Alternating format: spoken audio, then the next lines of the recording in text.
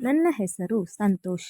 ನನ್ನ ಜೀವನದಲ್ಲಿ ನಾನು ಇಷ್ಟು ಎತ್ತರಕ್ಕೆ ಬೆಳೆಯುತ್ತೇನೆಂದು ಮತ್ತು ಒಂದು ಮಹತ್ವಪೂರ್ಣವಾದ ನಿರ್ಧಾರವನ್ನು ತೆಗೆದುಕೊಳ್ಳುವ ಸಂದರ್ಭ ಬರುತ್ತದೆಂದು ಅಂದುಕೊಂಡಿರಲಿಲ್ಲ. ನಾನು ನಗರದ ಪ್ರಸಿದ್ಧ ಆಭರಣ ತಯಾರಕನಾಗಿದ್ದೆ. ನನ್ನ ಹತ್ತಿರ ಆಭರಣಕ್ಕೆ ಆರ್ಡರ್ ಕೊಡಲು ದೂರದ ಊರುಗಳಿಂದ ಬರುತ್ತಿದ್ದರು. ಒಂದು ದಿನ ನನ್ನ ಅಂಗಡಿಗೆ ಒಬ್ಬಳು ನವವಧು ಆಭರಣಕ್ಕೆ ಆರ್ಡರ್ ಕೊಡಲು ಬಂದಿದ್ದಳು. ಅವಳು, ನೀನು ಹೇಳಿದಷ್ಟು ಹಣವನ್ನು ಕೊಡುತ್ತೇನೆ, ಆದರೆ ನನಗೆ ನನ್ನ ಇಷ್ಟದ ಆಭರಣ ಬೇಕು ಎಂದು ತನ್ನ ಮೊಬೈಲ್ನಲ್ಲಿರುವ ಫೋಟೋವನ್ನು ತೋರಿಸಿದಳು. ನನಗೆ ಇದೇ ರೀತಿಯ ಆಭರಣ ಬೇಕು ಮತ್ತು 2 ದಿನದ ಒಳಗಾಗಿ ಬೇಕು ಎಂದಳು. ನನಗೆ ಆ ಹುಡುಗಿಯ ಮಾತು ವಿಚಿತ್ರ ಎನಿಸಿತು. ಏಕೆಂದರೆ ಒಂದು ಸಾಧಾರಣ ಡಿಸೈನ್ ತಯಾರಿಸಲು 1 ವಾರ ಬೇಕಾಗುತ್ತೆ. ಹೀಗಿರುವಾಗ ಇವಳು ಇಂತಹ ಕಷ್ಟಕರವಾದ ಡಿಸೈನ್ ತೋರಿಸಿ 2 ದಿನದಲ್ಲಿ ಬೇಕು ಎಂದು ಹೇಳುತ್ತಿದ್ದಾಳೆ. ಆದರೂ ನಾನು ಕೇಳಿದ ಬೆಲೆಯನ್ನು ಕೊಡುವುದಾಗಿ ಹೇಳಿದ್ದರಿಂದ ನಿದ್ದೆ ಬಿಟ್ಟು ಜ್ಯುವೆಲರಿ ತಯಾರಿಸಿದೆ. ಇದೇ ಯೋಚನೆಯಲ್ಲಿ ನಿದ್ದೆ ಮಾಡಿರಲಿಲ್ಲ. ಮರುದಿನ ರಾತ್ರಿ ನಿದ್ದೆ ಮಾಡುವಾಗ ನನಗೆ ಒಂದು ಕನಸು ಬಿತ್ತು. ಆ ಕನಸಿನಲ್ಲಿ ಆ ಹುಡುಗಿ ತುಂಬ ಬೇಜಾರಿನಲ್ಲಿರುವಂತೆ ಕಾಣುತ್ತಿದ್ದಳು ಮತ್ತು ತುಂಬ ಟೆನ್ಷನ್ನಲ್ಲಿ ಮಾಡಿಕೊಂಡಿರುವಂತೆ ಕಾಣುತ್ತಿದ್ದಳು. ಅವಳು ಜೀವನದಲ್ಲಿ ಖುಷಿಯಾಗಿಲ್ಲ ಎಂದು ಅನಿಸುತ್ತಿತ್ತು. ಅವಳು ನನಗೆ ಹೇಳುತ್ತಿದ್ದಳು, ನಾನು ನಿಮ್ಮನ್ನು ಎಂದಿಗೂ ಕ್ಷಮಿಸುವುದಿಲ್ಲ. ನೀವು ನನ್ನ ಜೀವನದಲ್ಲಿ ದೊಡ್ಡ ತಪ್ಪು ಮಾಡಿದ್ದೀರಿ. ಈ ಕನಸು ನಾನು ತುಂಬ ಹೆದರಿಕೊಳ್ಳುವಂತೆ ಮಾಡಿತು. ನಾನು ಹೆದರಿಕೆಯಿಂದ ಎದ್ದು ಕುಳಿತುಕೊಂಡೆ. ನಂತರ ನನಗೆ ನಿದ್ದೆ ಬರಲಿಲ್ಲ. ನಿದ್ದೆ ಮಾಡಿದಾಗಲೆಲ್ಲ ನನಗೆ ಅದೇ ಹುಡುಗಿ ಕನಸಿನಲ್ಲಿ ಬರುತ್ತಿದ್ದಳು. ಚಿಕ್ಕಂದಿನಲ್ಲಿ ನಾನು ತುಂಬ ಬಡತನವನ್ನು ಅನುಭವಿಸಿದ್ದೆ. ನಾನು ಸುಮಾರು 12 ವರ್ಷದವನಿದ್ದಾಗ ನಮ್ಮ ಮನೆಗೆ ಶಾರ್ಟ್ ಸರ್ಕ್ಯೂಟಿನಿಂದ ಬೆಂಕಿ ಹೊತ್ತಿಕೊಂಡು ನಮ್ಮ ಮನೆಯಲ್ಲಿರುವ ಚಿಕ್ಕ ಪುಟ್ಟ ಸಾಮಾನುಗಳು ಸುಟ್ಟು ಹೋದವು. ಇದರಿಂದ ನಮ್ಮ ಬಡತನ ಇನ್ನೂ ಹೆಚ್ಚಾಯಿತು. ನನಗೆ 2 ಅಣ್ಣಂದಿರು ಮತ್ತು 2 ಅಕ್ಕಂದಿರಿದ್ದರು. ನಾವು 3 ಜನ ಅಣ್ಣ ತಮ್ಮಂದಿರು ಸೇರಿದರೂ ಸಹ ನಮ್ಮ ಮನೆಯ ಪರಿಸ್ಥಿತಿಯನ್ನು ಸುಧಾರಿಸಲು ಆಗಲಿಲ್ಲ. ನಾವು ಬಾಲ್ಯವನ್ನು ಬಡತನದಲ್ಲಿಯೇ ಕಳೆದೆವು. ಇದೇ ಚಿಂತೆಯಲ್ಲಿ ನನ್ನ ತಂದೆಯರು ಹಾರ್ಟ್ ಅಟ್ಯಾಕ್ನಿಂದ ನಿಧನ ಹೊಂದಿದರು. ಈಗ ನಮಗೆ ಇನ್ನೂ ಕಷ್ಟವಾಗುತ್ತಿತ್ತು. ನನಗೆ ತಂದೆಯವರ ಸಹಾಯ ಬೇಕಾಗಿತ್ತು. ಏಕೆಂದರೆ ನಾನು ಕುಟುಂಬದ ಚಿಕ್ಕ ಮಗನಾಗಿದ್ದೆ. ನಮ್ಮ ತಾಯಿಯವರು ಕಾಯಿಲೆ ಬಿದ್ದರು. ನನಗೆ ಪ್ರಪಂಚದ ಬಗ್ಗೆ ತಿಳುವಳಿಕೆ ಇರಲಿಲ್ಲ. ನನ್ನ ಅಣ್ಣಂದಿರು ಸಾಧಾರಣವಾಗಿದ್ದರು. ನಾವು ತುಂಬ ತೊಂದರೆಯನ್ನು ಅನುಭವಿಸಿದೆವು. ನಮ್ಮ ಸಂಬಂಧಿಕರು ನಮ್ಮ ಕೈಬಿಟ್ಟರು. ನಾವು ಯಾರನ್ನೂ ನಂಬುವಂತಿರಲಿಲ್ಲ. ನನ್ನ ದೊಡ್ಡಣ್ಣ ಮದುವೆಯಾಗಿದ್ದರು. ಅವರಿಗೆ ಒಬ್ಬ ಮಗ ಇದ್ದಾನೆ. ಅವರು ತಿಂಗಳಿಗೆ 10,000 ಸಂಪಾದಿಸುತ್ತಿದ್ದರು. ಅದು ನಮಗೆ ಸಾಕಾಗುತ್ತಿರಲಿಲ್ಲ. ನಾವಿಬ್ಬರು ಚಿಕ್ಕವರಾಗಿದ್ದರಿಂದ ಕೆಲಸಕ್ಕೆ ಹೋಗುತ್ತಿರಲಿಲ್ಲ. ನಮ್ಮ ತಂದೆಯವರು ಇರುವಾಗ ನಾವು ಕೆಲಸಕ್ಕೆ ಹೋಗುವ ಅವಶ್ಯಕತೆ ಇರಲಿಲ್ಲ. ನನಗೆ ಅಮ್ಮ ಮನೆ ಮತ್ತು ಮನೆಯವರ ಜವಾಬ್ದಾರಿಯನ್ನು ಹೇಗೆ ನಿಭಾಯಿಸಬೇಕು ಎಂದು ಹೇಳಿಕೊಡುತ್ತಿದ್ದರು. ಬದಲಾಗುತ್ತಿರುವ ಸಮಾಜದಲ್ಲಿ ಎಲ್ಲರೂ ಬದಲಾಗುತ್ತಿದ್ದರು. ನಮ್ಮ ತಂದೆಯವರ ನಿಧನದ ನಂತರ ನಮ್ಮ ಮನೆಯ ಜವಾಬ್ದಾರಿಯನ್ನು ದೊಡ್ಡ ಅಣ್ಣನೇ ನೋಡಿಕೊಳ್ಳುತ್ತಿದ್ದ. ನಂತರ ಅಣ್ಣ ತಮ್ಮ ಹೆಂಡತಿ ಮತ್ತು ಮಗುವನ್ನು ಕರೆದುಕೊಂಡು ಬಾಡಿಗೆ ಮನೆಗೆ ಹೋದರು. ಈಗ ನಾವಿಬ್ಬರೇ ಅಣ್ಣ ತಮ್ಮಂದಿರಿದ್ದೆವು. ಕೆಲವು ವರ್ಷಗಳ ನಂತರ ನನ್ನ ಇನ್ನೊಬ್ಬ ಅಣ್ಣನು ಇಷ್ಟಪಟ್ಟು ಮದುವೆಯಾಗಿ ನನ್ನ ದೊಡ್ಡ ಅಣ್ಣನ ಹಾಗೆ ಹೆಂಡತಿಯನ್ನು ಕರೆದುಕೊಂಡು ಬೇರೆ ಮನೆಯಲ್ಲಿ ವಾಸಿಸತೊಡಗಿದನು. ಪೂರ್ತಿ ಮನೆಯ ಜವಾಬ್ದಾರಿ ನನ್ನ ಮೇಲೆ ಬಿದ್ದಿತು. ಆದರೆ ನಾನು ಅಮ್ಮ ಮತ್ತು ಅಕ್ಕಂದಿರನ್ನು ಬಿಟ್ಟು ಹೋಗಲಿಲ್ಲ. ಬದಲಾಗುತ್ತಿರುವ ಜಗತ್ತಿನಲ್ಲಿ ಜನರು ಹೇಗೆ ಬದಲಾಗುತ್ತಿದ್ದಾರೆ ಎಂದು ನಾನು ನೋಡಿದ್ದೆ. ಈಗ ನನಗೆ ನನ್ನ ಮತ್ತು ನನ್ನ ಅಣ್ಣಂದಿರ ನಡುವೆ ಇರುವ ವ್ಯತ್ಯಾಸ ತಿಳಿದುಕೊಳ್ಳುವ ಸಮಯವಾಗಿತ್ತು. ಅಮ್ಮ ಪದೇ ಪದೇ ಹೇಳುತ್ತಿದ್ದ ಮಾತುಗಳು ನನಗೆ ನೆನಪಾಗುತ್ತಿತ್ತು. ಈ ಸಮಾಜ ಕೆಟ್ಟು ಹೋಗಿದೆ. ಇಲ್ಲಿ ಹಣಕ್ಕೆ ಮಾತ್ರ ಬೆಲೆ. ನಮ್ಮವರು ಎನಿಸಿಕೊಂಡವರು ನಮಗೆ ಕಷ್ಟ ಕಾಲದಲ್ಲಿ ಆಗುವುದಿಲ್ಲ. ಈ ಕೆಟ್ಟು ಹೋದ ಸಮಾಜದ ಬಗ್ಗೆ ನನಗೆ ನೋವಿತ್ತು. ನನಗೆ ಆಗ ಆಟ ಆಡುವ ವಯಸ್ಸು. ನನ್ನ ಚಿಕ್ಕ ವಯಸ್ಸಿನಲ್ಲಿ ಅಮ್ಮ ನನಗೆ ದೊಡ್ಡ ದೊಡ್ಡ ಮಾತುಗಳನ್ನು ಕಲಿಸುತ್ತಿದ್ದಳು. ನಾನು ಅಣ್ಣಂದಿರು ಮತ್ತು ಸಂಬಂಧಿಕರನ್ನು ನೋಡಿ ಜವಾಬ್ದಾರಿಯಿಂದ ಕಳಿಸಿಕೊಳ್ಳಬಾರದು ಎನ್ನುವುದನ್ನು ಕಲಿತುಕೊಂಡಿದ್ದೆ. ಇದೇ ಜವಾಬ್ದಾರಿಯ ಕಾರಣದಿಂದ ನಾವು ನಮ್ಮವರಿಂದ ದೂರ ಹೋಗಬೇಕಾಗುತ್ತದೆ. ನನ್ನ ಅಣ್ಣಂದಿರು ಈಗ ನಮ್ಮ ಕಷ್ಟ ಸುಖಗಳನ್ನು ಕೇಳುವುದನ್ನೇ ನಿಲ್ಲಿಸಿದರು. ನಾನು ಅಣ್ಣಂದಿರಿಂದ ಯಾವುದೇ ರೀತಿಯ ಆಸೆ ಆಕಾಂಕ್ಷೆಗಳನ್ನು ಇಟ್ಟುಕೊಳ್ಳಲಿಲ್ಲ. ನನ್ನ ತಂದೆಯ ಬಳಗ ತುಂಬ ದೊಡ್ಡದಾಗಿತ್ತು. ಅವರು ಇರುವಾಗ ಎಲ್ಲರೂ ಬರುತ್ತಿದ್ದರು. ಆದರೆ ಅವರ ನಂತರ ಎಲ್ಲರೂ ನಮ್ಮಿಂದ ದೂರವಾದರು. ಅಮ್ಮನ ಬಳಗ ಕೂಡ ದೊಡ್ಡದಾಗಿತ್ತು. ಆದರೆ ನಮ್ಮ ಬಡತನ ಮತ್ತು ಕಷ್ಟವನ್ನು ನೋಡಿ ಅವರು ನಮ್ಮಿಂದ ದೂರವಾದರು. ಒಡ ಹುಟ್ಟಿದ ಅಣ್ಣ ತಮ್ಮಂದಿರೇ ನಮ್ಮಿಂದ ದೂರವಾದ ಮೇಲೆ ಇನ್ನು ಸಂಬಂಧಿಕರು ಉಳಿಯುತ್ತಾರೆಯೇ? ಯಾರು ಕೂಡ ನಾವು ಯಾವ ಪರಿಸ್ಥಿತಿಯಲ್ಲಿ ಬದುಕುತ್ತಿದ್ದೇವೆ ಎಂದು ನೋಡಲಿಲ್ಲ. ನನ್ನ ದೊಡ್ಡ ಅಕ್ಕ ಬಟ್ಟೆ ಹೊಲೆಯುತ್ತಿದ್ದಳು ಮತ್ತು ಚಿಕ್ಕವಳು ಚಿಕ್ಕ ಮಕ್ಕಳಿಗೆ ಟ್ಯೂಷನ್ ತೆಗೆದುಕೊಳ್ಳುತ್ತಿದ್ದಳು. ಹೀಗೆ ನಮ್ಮ ಮನೆಯ ಖರ್ಚು ನಡೆಯುತ್ತಿತ್ತು. ನಾನು ಈ ರೀತಿ ಬದುಕಲು ಇಷ್ಟಪಡಲಿಲ್ಲ. ಹಾಗಾಗಿ ಕಾಸ್ಮೆಟಿಕ್ ಅಂಗಡಿಯನ್ನು ತೆರೆದೆ. ನಾನು ಓದುವುದರಲ್ಲಿ ಸದಾ ಮುಂದೆ ಇರುತ್ತಿದ್ದೆ. ಹಾಗಾಗಿ ತಂದೆಯವರಿಗೆ ನಾನು ಚೆನ್ನಾಗಿ ಓದಿ ಅವರ ಹೆಸರಿಗೆ ಕೀರ್ತಿ ತರಬೇಕೆನ್ನುವ ಆಸೆ ಇತ್ತು. ಆದರೆ ನಮ್ಮ ಇಂದಿನ ಪರಿಸ್ಥಿತಿಯಲ್ಲಿ ವಿದ್ಯಾಭ್ಯಾಸ ಮುಂದುವರಿಸುವುದು ಕಷ್ಟವಾಗಿತ್ತು. ಹಾಗಾಗಿ ನಾನು ನನ್ನ ವಿದ್ಯಾಭ್ಯಾಸವನ್ನು ಅರ್ಧಕ್ಕೆ ನಿಲ್ಲಿಸಿದೆ. ನಾನು ಸ್ವಲ್ಪ ಹಣವನ್ನು ಕೂಡಿಟ್ಟು ಕಾಸ್ಮೆಟಿಕ್ಸ್ ಸಾಮಾನುಗಳನ್ನು ಇಟ್ಟುಕೊಂಡು ವ್ಯಾಪಾರ ಮಾಡಲು ಪ್ರಾರಂಭಿಸಿದೆ. ಆದರೆ ಇದರಿಂದ ಕೇವಲ 20ರಿಂದ 25 ರೂಪಾಯಿ ದಿನಕ್ಕೆ ಸಂಪಾದನೆ ಮಾಡುತ್ತಿದ್ದೆ. ಇಲ್ಲಿ ವಾಸ ಮಾಡುತ್ತಿದ್ದ ಹೆಂಗಸರು ಬ್ರ್ಯಾಂಡೆಡ್ ಕಂಪನಿಯ ಕಾಸ್ಮೆಟಿಕ್ ಕೇಳುತ್ತಿದ್ದರು. ಆದರೆ ನಾನು ಲೋಕಲ್ ಕಾಸ್ಮೆಟಿಕ್ ಮಾರಾಟ ಮಾಡುತ್ತಿದ್ದೆ. ಹೀಗಾಗಿ ನನ್ನ ಅಂಗಡಿಯ ವ್ಯಾಪಾರ ಕಡಿಮೆಯಾಗಿತ್ತು. ನಾನು ದಿನಪೂರ್ತಿ ಖಾಲಿ ಕುಳಿತಿರುತ್ತಿದ್ದೆ. ದಿನಕ್ಕೆ ಒಬ್ಬರು ಇಬ್ಬರು ಒಂದೆರಡು ಸಾಮಾನುಗಳನ್ನು ತೆಗೆದುಕೊಂಡು ಹೋಗುತ್ತಿದ್ದರು. ನಾನು ದಿನಪೂರ್ತಿ ಅಂಗಡಿಯಲ್ಲೇ ಕಳೆಯುತ್ತಿದ್ದೆ. ಹೀಗೆ ನಮ್ಮ ಜೀವನ ಸಾಗುತ್ತಿತ್ತು. ನನಗೆ ನನ್ನ ತಂದೆ ಜೊತೆ ಕಳೆದ ಸಮಯ ನೆನಪಾಗುತ್ತಿತ್ತು. ನಮ್ಮ ಈ ಪರಿಸ್ಥಿತಿ ಯಾವಾಗ ಬದಲಾಗುವುದು ಮತ್ತು ನಾವು ಯಾವಾಗ ಶ್ರೀಮಂತರಾಗುವುದು ಎಂದು ಯೋಚಿಸುತ್ತಿದ್ದೆ. ನಮ್ಮ ಬಡತನದಿಂದ ನಮ್ಮ ಸಂಬಂಧಿಕರೆಲ್ಲ ನಮ್ಮಿಂದ ದೂರವಾಗಿದ್ದರು. ಯಾರೂ ನಮ್ಮನ್ನು ಇಷ್ಟಪಡುತ್ತಿರಲಿಲ್ಲ. ಯಾರ ಬಳಿ ಹಣವಿದೆಯೋ ಅವರ ಬಳಿ ಸಂಬಂಧಿಕರು ಹೋಗುತ್ತಾರೆ. ನನ್ನ ಅಣ್ಣಂದಿರ ಜೀವನ ಚೆನ್ನಾಗಿ ನಡೆಯುತ್ತಿತ್ತು. ಏಕೆಂದರೆ ಅವರು ಚೆನ್ನಾಗಿ ಸಂಪಾದನೆ ಮಾಡುತ್ತಿದ್ದರು. ಅದರಿಂದ ಸಂಬಂಧಿಕರು ಅವರ ಮನೆಗೆ ಹೋಗುತ್ತಿದ್ದರು. ಅಣ್ಣಂದಿರು ನಮ್ಮನ್ನೆಲ್ಲ ಮರೆತೇ ಬಿಟ್ಟಿದ್ದರು. ಅಮ್ಮನಿಗೆ ನನ್ನ ಮೇಲೆ ತುಂಬ ನಂಬಿಕೆ ಇತ್ತು. ಆದರೆ ಅಮ್ಮ ನನ್ನ ಅಣ್ಣಂದಿರು ಈ ರೀತಿ ಬದಲಾಗುತ್ತಾರೆಂದು ಅಂದುಕೊಂಡಿರಲಿಲ್ಲ. ಅಪ್ಪ ಇರುವಾಗ ಅವರಿಗೆ ಇಷ್ಟು ಧೈರ್ಯ ಇರಲಿಲ್ಲ. ಅವರು ಜೋರಾಗಿ ಮಾತನಾಡಲು ಕೂಡ ಹೆದರುತ್ತಿದ್ದರು. ಆದರೆ ಇಂದು ಅವರು ಬೇರೆ ಸಂಸಾರ ಮಾಡಿಕೊಂಡಿದ್ದರು ಮತ್ತು ನಮ್ಮತ್ತ ತಿರುಗಿಯೂ ನೋಡುತ್ತಿರಲಿಲ್ಲ. ಅಕ್ಕಂದಿರ ಪರಿಸ್ಥಿತಿಯೂ ಕೂಡ ತುಂಬ ಕೆಟ್ಟದಾಗಿತ್ತು. ಏಕೆಂದರೆ ಅವರು ತುಂಬ ಕಷ್ಟಪಡುತ್ತಿದ್ದರು. ಅವರು ಎಷ್ಟು ದುಡಿದರೂ ಮನೆಯ ಖರ್ಚಿಗೆ ಸಾಕಾಗುತ್ತಿರಲಿಲ್ಲ. ನಾನು ಕೆಲಸ ಹುಡುಕಿಕೊಂಡು ಹೋದರೆ ನನ್ನ ವಯಸ್ಸು ನೋಡಿ ನನಗೆ ಯಾರೂ ಕೆಲಸ ಕೊಡುತ್ತಿರಲಿಲ್ಲ. ಒಂದು ದಿನ ನನ್ನ ಗೆಳೆಯನ ತಂದೆಯ ಆಭರಣದ ಅಂಗಡಿಗೆ ಕೆಲಸ ಕೇಳಲು ಹೋದೆ. ಅವರು ನನ್ನ ವಯಸ್ಸು ನೋಡಿ ಕೆಲಸ ಕೊಡಲು ಒಪ್ಪಲಿಲ್ಲ. ನಾನು ತುಂಬ ರಿಕ್ವೆಸ್ಟ್ ಮಾಡಿಕೊಂಡ ನಂತರ ಕೆಲಸ ಕೊಡಲು ಒಪ್ಪಿಕೊಂಡರು. ಕಡಿಮೆ ಸಂಬಳ ಕೊಡುತ್ತಿದ್ದರು. ಆದರೆ ತೊಂದರೆ ಇರಲಿಲ್ಲ. ಏಕೆಂದರೆ ಆ ಹಣ ಮನೆಯ ಖರ್ಚಿಗೆ ಸಾಕಾಗುತ್ತಿತ್ತು. ನನಗೆ ಚಿಕ್ಕ ಪುಟ್ಟ ಕೆಲಸಗಳನ್ನು ಕೊಡುವುದಾಗಿ ಹೇಳಿದರು. ಮೊದಲನೇ ದಿನ ಕೆಲಸಕ್ಕೆ ಹೋಗುವಾಗ ಅಮ್ಮ ಮತ್ತು ಅಕ್ಕಂದಿರ ಕಣ್ಣಿನಲ್ಲಿ ನೀರು ಬಂತು. ಅವರು ನನ್ನನ್ನು ಅಪ್ಪಿಕೊಂಡು ಅಳುತ್ತಿದ್ದರು. ಆದರೆ ನಾನು ಮನಸ್ಸನ್ನು ಗಟ್ಟಿ ಮಾಡಿಕೊಂಡೆ. ಏಕೆಂದರೆ ನನಗೆ ಅಪ್ಪನ ಕನಸನ್ನು ಪೂರ್ಣ ಮಾಡಲು ಆಗಲಿಲ್ಲ. ಅವರು ನಾನು ತುಂಬ ದೊಡ್ಡ ಕೆಲಸಕ್ಕೆ ಸೇರಿಕೊಂಡು ದೊಡ್ಡ ವ್ಯಕ್ತಿ ಆಗಬೇಕೆಂದುಕೊಂಡಿದ್ದರು. ಆದರೆ ನನಗೆ ವಿದ್ಯಾಭ್ಯಾಸ ಪೂರ್ಣ ಮಾಡದೆ ಯಾರು ಕೆಲಸ ಕೊಡುತ್ತಾರೆ ಮತ್ತು ನಾನು ಹೇಗೆ ಶ್ರೀಮಂತನಾಗುವುದು ಎಂದು ಯೋಚಿಸುತ್ತಾ ನಡೆದೆ. ನಾನು ತುಂಬ ಪ್ರಯತ್ನಪಟ್ಟು ಈ ಕೆಲಸವನ್ನು ಮಾಡಿ ನನ್ನ ಕುಟುಂಬದ ಪರಿಸ್ಥಿತಿಯನ್ನು ಸುಧಾರಿಸಲು ನಿರ್ಧರಿಸಿದೆ.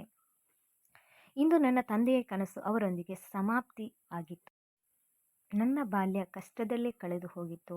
ನನ್ನ ಗೆಳೆಯರು ಓದುತ್ತಿದ್ದರು. ನನಗೆ ಈ ಕೆಲಸದ ಬಗ್ಗೆ ಏನೂ ಗೊತ್ತಿರಲಿಲ್ಲ.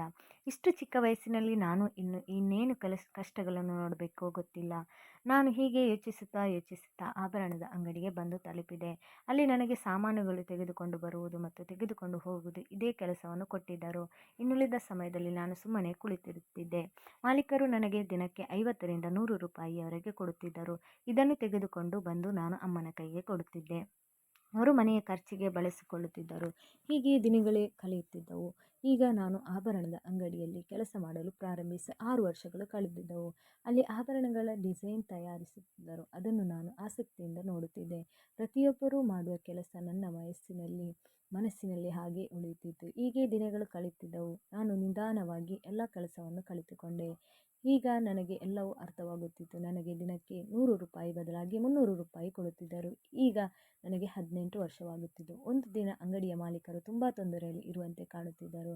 ಯಾಕೆಂದರೆ ಅಂಗಡಿಗೆ ಆಭರಣದ ಡಿಸೈನ್ ತೆಗೆದುಕೊಂಡು ತುಂಬ ಜನ ಬರುತ್ತಿದ್ದರು. ಆದರೆ ಮಾಲೀಕರು ತುಂಬ ಹಳೆಯ ಕಾಲದ ಆಭರಣದ ಡಿಸೈನ್ಗಳನ್ನು ತಯಾರಿಸುತ್ತಿದ್ದರು. ಮಾರ್ಕೆಟಿನಲ್ಲಿ ಹೊಸ ಡಿಸೈನ್ಗಳಿಗೆ ತುಂಬ ಡಿಮ್ಯಾಂಡ್ ಇತ್ತು. ಒಂದು ದಿನ ನಾನು ಮಾಲೀಕರ ಹತ್ತಿರ ಡಿಸೈನ್ ತಯಾರಿಸುವುದಾಗಿ ಹಠ ಮಾಡಿದೆ. ಆದರೆ ಮಾಲೀಕರಿಗೆ ನನ್ನ ಮಾತಿನ ಮೇಲೆ ನಂಬಿಕೆ ಬರಲಿಲ್ಲ. ಆದರೂ ಅವರು ನನಗೆ ಡಿಸೈನ್ ಮಾಡಲು ಅವಕಾಶ ಕೊಟ್ಟರು. ನಾನು ತುಂಬ ಆಸಕ್ತಿಯಿಂದ ಡಿಸೈನ್ ಮಾಡಿದೆ. ಆ ಡಿಸೈನ್ ಮಾಲೀಕರಿಗೆ ತುಂಬ ಇಷ್ಟವಾಯಿತು. ನಾನು ತುಂಬ ಪ್ರಯತ್ನಪಟ್ಟು ಬೇರೆ ಬೇರೆ ರೀತಿಯ ಡಿಸೈನ್ಗಳನ್ನು ತಯಾರಿಸಿದೆ. ಮಾಲೀಕರಿಗೆ ನನ್ನ ಕೆಲಸ ತುಂಬ ಇಷ್ಟವಾಯಿತು. ಈ ರೀತಿ ಮಾಲೀಕರು ನಿಧಾನವಾಗಿ ನನ್ನ ಕೆಲಸದಿಂದ ಖುಷಿಪಟ್ಟು ನನ್ನ ಸಂಬಳವನ್ನು ಹೆಚ್ಚಿಸಿದರು. ನಮ್ಮ ಮನೆಯ ಪರಿಸ್ಥಿತಿಯ ಸುಧಾರಿಸತೊಡಗಿತು. ನನಗೆ ದಿನಕ್ಕೆ 300 ಬದಲಾಗಿ ತಿಂಗಳಿಗೆ 40,000 ಸಂಬಳ ಕೊಡುತ್ತಿದ್ದರು. ಈಗ ಅಕ್ಕಂದಿರು ಕೆಲಸ ಮಾಡುವ ಅವಶ್ಯಕತೆ ಇರಲಿಲ್ಲ. ನಾನು ಈಗಲೂ ಸಂಬಳವನ್ನು ತೆಗೆದುಕೊಂಡು ಹೋಗಿ ಅಮ್ಮನ ಕೈಗೆ ಕೊಡುತ್ತಿದ್ದೆ. ಅಮ್ಮ ಅಕ್ಕಂದಿರಿಗೋಸ್ಕರ ಆಭರಣಗಳನ್ನು ಕೂಡಿ ಹಾಕುತ್ತಿದ್ದರು. ಇಬ್ಬರು ಅಕ್ಕಂದಿರ ಮದುವೆಯ ವಯಸ್ಸು ದಾಟಿದ್ದರಿಂದ ಅಮ್ಮ ಒಳ್ಳೆಯ ಕಡೆ ಸಂಬಂಧವನ್ನು ನೋಡಿ ಇಬ್ಬರಿಗೂ ಒಂದೇ ಮುಹೂರ್ತದಲ್ಲಿ ಮದುವೆ ಮಾಡಿದರು. ಈಗ ನಾನು ಕೆಲಸ ಮುಗಿಸಿ ಮನೆಗೆ ಬಂದಾಗ ಅಮ್ಮ ನನ್ನನ್ನು ನೋಡಿ ತುಂಬ ಖುಷಿ ಪಡುತ್ತಿದ್ದರು. ಅವರ ಖುಷಿಯನ್ನು ನೋಡಿ ನನಗೆ ನನ್ನ ಎಲ್ಲ ಕಷ್ಟಗಳು ಮರೆತು ಹೋಗಿದ್ದವು. ನಾನು ಇಲ್ಲಿಯವರೆಗೆ ಕಷ್ಟಪಟ್ಟಿದ್ದಕ್ಕೆ ಸಾರ್ಥಕವಾಗಿತ್ತು. ಇಷ್ಟು ವರ್ಷದಿಂದ ನಾನು ಮಾಡುತ್ತಿದ್ದ ಕೆಲಸದಿಂದ ಇಂದು ನಮ್ಮ ಮನೆಯ ಪರಿಸ್ಥಿತಿಯು ಸುಧಾರಿಸಿತು. ಮಾಲೀಕರ ಆರೋಗ್ಯ ಸರಿ ಇಲ್ಲದಿರುವ ಕಾರಣ ಅವರು ಎಲ್ಲ ಕೆಲಸದ ಜವಾಬ್ದಾರಿಯನ್ನು ನನಗೆ ವಹಿಸಿಕೊಟ್ಟರು. ಅವರ ಮಗ ಹೆಚ್ಚಿನ ವಿದ್ಯಾಭ್ಯಾಸಕ್ಕಾಗಿ ಅಮೆರಿಕೆಗೆ ಹೋಗಿದ್ದರು. ನನ್ನ ಜೀವನ ಹೀಗೆ ನಡೆಯುತ್ತಿತ್ತು. ನನಗೆ ಈಗ 24 ವರ್ಷವಾಗಿತ್ತು. ನನ್ನ ಇಬ್ಬರು ಅಕ್ಕಂದಿರು ಅವರ ಗಂಡನ ಮನೆಯಲ್ಲಿ ಸುಖವಾಗಿ ಸಂಸಾರ ಮಾಡುತ್ತಿದ್ದರು. 12 ವರ್ಷದಿಂದ 24 ವರ್ಷದವರೆಗಿನ ನನ್ನ ಜೀವನ ತುಂಬ ಪರಿಶ್ರಮದಿಂದ ಕೂಡಿತು. ಅಕಸ್ಮಾತ್ ಆಗಿ ಒಂದು ದಿನ ಮಾಲೀಕರ ನಿಧನವಾಯಿತು. ನನ್ನ ಗೆಳೆಯ ಅರವಿಂದ್ ಮಾಲೀಕರಿಗೆ ಒಬ್ಬನೇ ಮಗನಾಗಿದ್ದನು. ಮಾಲೀಕರ ಹೆಂಡತಿಯು ಬದುಕಿರಲಿಲ್ಲ. ನನ್ನ ಗೆಳೆಯ ಮನೆಗೆ ಬಂದು ಮಾಲೀಕರ ಎಲ್ಲ ವ್ಯವಹಾರವನ್ನು ಅವನೇ ನೋಡಿಕೊಂಡನು. ನಾನು ಸ್ವಲ್ಪ ಹಣವನ್ನು ಕೂಡಿಟ್ಟುಕೊಂಡಿದ್ದೆ ಮತ್ತು ಒಂದು ಅಂಗಡಿಯನ್ನು ಬಾಡಿಗೆಗೆ ತೆಗೆದುಕೊಂಡು ನಾನು ಕೂಡ ಒಂದು ಆಭರಣದ ಅಂಗಡಿಯನ್ನು ಹಾಕಿದೆ. ನನ್ನ ಜ್ಯುವೆಲರಿ ಶಾಪ್ ಎಷ್ಟು ಫೇಮಸ್ ಆಯಿತೆಂದರೆ ದೂರ ದೂರದಿಂದ ಜನರು ನನ್ನ ಹತ್ತಿರ ಜ್ಯುವೆಲರಿ ಆರ್ಡರ್ ಕೊಡಲು ಬರುತ್ತಿದ್ದರು. ನನ್ನ ಜೀವನ ಪೂರ್ತಿಯಾಗಿ ಬದಲಾಯಿತು ಮತ್ತು ನನ್ನ ಜೀವನದಲ್ಲಿ ಖುಷಿ ವಾಪಸ್ ಬಂದಿತು. ನಾನು ತೆಗೆದುಕೊಂಡಿದ್ದ ಬಾಡಿಗೆ ಅಂಗಡಿಯನ್ನು ಸ್ವಂತಕ್ಕೆ ತೆಗೆದುಕೊಂಡೆ. ಅದರ ನಂತರ ಇನ್ನೂ 2 ಅಂಗಡಿಯನ್ನು ಖರೀದಿಸಿದೆ. ತದನಂತರ ನಾನು ಬಹುದೊಡ್ಡ ಆಭರಣ ತಯಾರಕನಾದೆ. ಈ ನಗರದಲ್ಲಿ ನನಗೆ ತುಂಬ ದೊಡ್ಡ ಹೆಸರಿತ್ತು. ಜನರು ನನ್ನ ಅಂಗಡಿಯಲ್ಲಿ ತುಂಬ ಒಳ್ಳೆಯ ಡಿಸೈನ್ ಕಡಿಮೆ ಬೆಲೆಯಲ್ಲಿ ಸಿಗುತ್ತದೆ ಎಂದು ಹೇಳುತ್ತಿದ್ದರು. ಈಗ ನಾನು ಸಿಂಪಲ್ ಡಿಸೈನನ್ನು ಬಿಟ್ಟು ಆಧುನಿಕ ಡಿಸೈನ್ನ ಆಭರಣಗಳನ್ನು ತಯಾರಿಸುತ್ತಿದ್ದೆ. ಮದುವೆ ಸೀಸನ್ನಲ್ಲಿ ಹೆಚ್ಚು ಬೆಲೆ ಬಾಳುವ ಆಭರಣಗಳಿಗೆ ಡಿಮ್ಯಾಂಡ್ ಇತ್ತು. ಹೀಗಾಗಿ ನಾನು ಸಿಂಪಲ್ ಮತ್ತು ಹೆವಿ ಡಿಸೈನ್ 2 ರೀತಿಯ ಜ್ಯುವೆಲರಿಗಳನ್ನು ತಯಾರಿಸಲು ಶುರು ಮಾಡಿದೆ. ನನ್ನ ಈ ಕೆಲಸದಲ್ಲಿ ನನಗೆ ತುಂಬ ಖುಷಿ ಇತ್ತು. ಜನರು ಆರ್ಡರ್ ಪ್ರಕಾರ ಆಭರಣಗಳನ್ನು ಮಾಡಿಕೊಟ್ಟರೆ ನಾನು ಹೇಳಿದ ಬೆಲೆಯನ್ನು ಕೊಟ್ಟು ತೆಗೆದುಕೊಂಡು ಹೋಗುತ್ತಿದ್ದರು. ನನ್ನ ಜ್ಯುವೆಲರಿ ಶಾಪ್ ದೂರ ದೂರದವರೆಗೆ ಪ್ರಸಿದ್ಧಿ ಪಡೆದಿತ್ತು. ಲಕ್ಷ ಕೋಟಿ ರೂಪಾಯಿಯ ಸೀರೆಯನ್ನು ತೆಗೆದುಕೊಳ್ಳುತ್ತಿದ್ದ ಶ್ರೀಮಂತ ಮಹಿಳೆಯರು ಕೂಡ ನನ್ನ ಬಳಿ ಜ್ಯುವೆಲರಿಯನ್ನು ತೆಗೆದುಕೊಳ್ಳಲು ಬರುತ್ತಿದ್ದರು. ಹೀಗೆ ನನ್ನ ಪ್ರತಿಭೆಯ ನಕ್ಷತ್ರ ಮಿನುಗುತ್ತಿತ್ತು. ಹೀಗೆ ನನ್ನ ವ್ಯವಹಾರವು ಕೂಡ ದೊಡ್ಡದಾಗುತ್ತಾ ಹೋಯಿತು. ನಾನು ಹೆಚ್ಚು ಓದಬೇಕೆನ್ನುವುದು ನನ್ನ ತಂದೆಯ ಕನಸಾಗಿತ್ತು. ಆದರೆ ಅದು ಪೂರ್ತಿಯಾಗಲಿಲ್ಲ.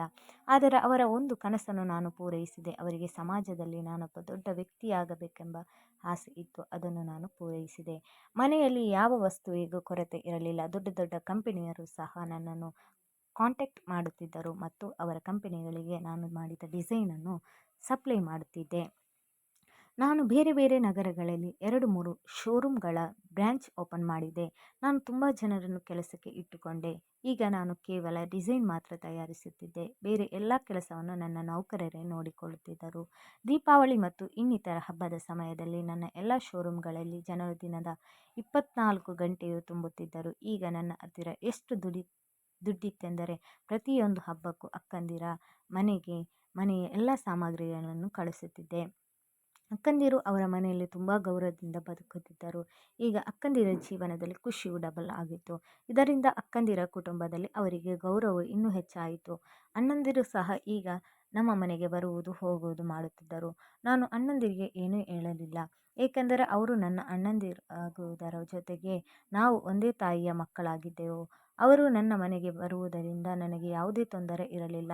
ನನ್ನ ಮನಸ್ಸು ಕೂಡ ಈಗ ತುಂಬ ಹಗುರವಾಗಿತ್ತು. ಅಕ್ಕ ಮತ್ತು ಅಮ್ಮನಿಗೆ ಅಣ್ಣಂದಿರು ನಮ್ಮ ಮನೆಗೆ ಬರುವುದರಿಂದ ತುಂಬ ಖುಷಿಯಾಗುತ್ತಿತ್ತು. ಆದರೆ ಅಮ್ಮ ನನಗೀಗ ಮದುವೆ ಮಾಡಲು ಇಚ್ಛಿಸುತ್ತಿದ್ದಳು. ಅಮ್ಮ ನನಗೆ ಮದುವೆ ಮಾಡಿಕೊಳ್ಳುವಂತೆ ಒತ್ತಾಯಿಸುತ್ತಿದ್ದಳು. ಆದರೆ ನನಗೆ ಮದುವೆ ಮಾಡಿಕೊಳ್ಳಲು ಮನಸ್ಸಿರಲಿಲ್ಲ. ಏಕೆಂದರೆ ನಾನು ಇನ್ನೂ ಹೆಚ್ಚು ಸಾಧಿಸಬೇಕೆನ್ನುವುದು ನನ್ನ ಉದ್ದೇಶವಾಗಿತ್ತು. ಆದರೆ ಅಮ್ಮ ಹೇಳಿದಳು, ನಾನು ನಿನಗಾಗಿ ಹುಡುಗಿಯನ್ನು ಹುಡುಕುತ್ತೇನೆ. ನೀನು ಹುಡುಗಿಯನ್ನು ಹುಡುಕಲು ನನಗೆ ಪರ್ಮಿಷನ್ ಕೊಡು.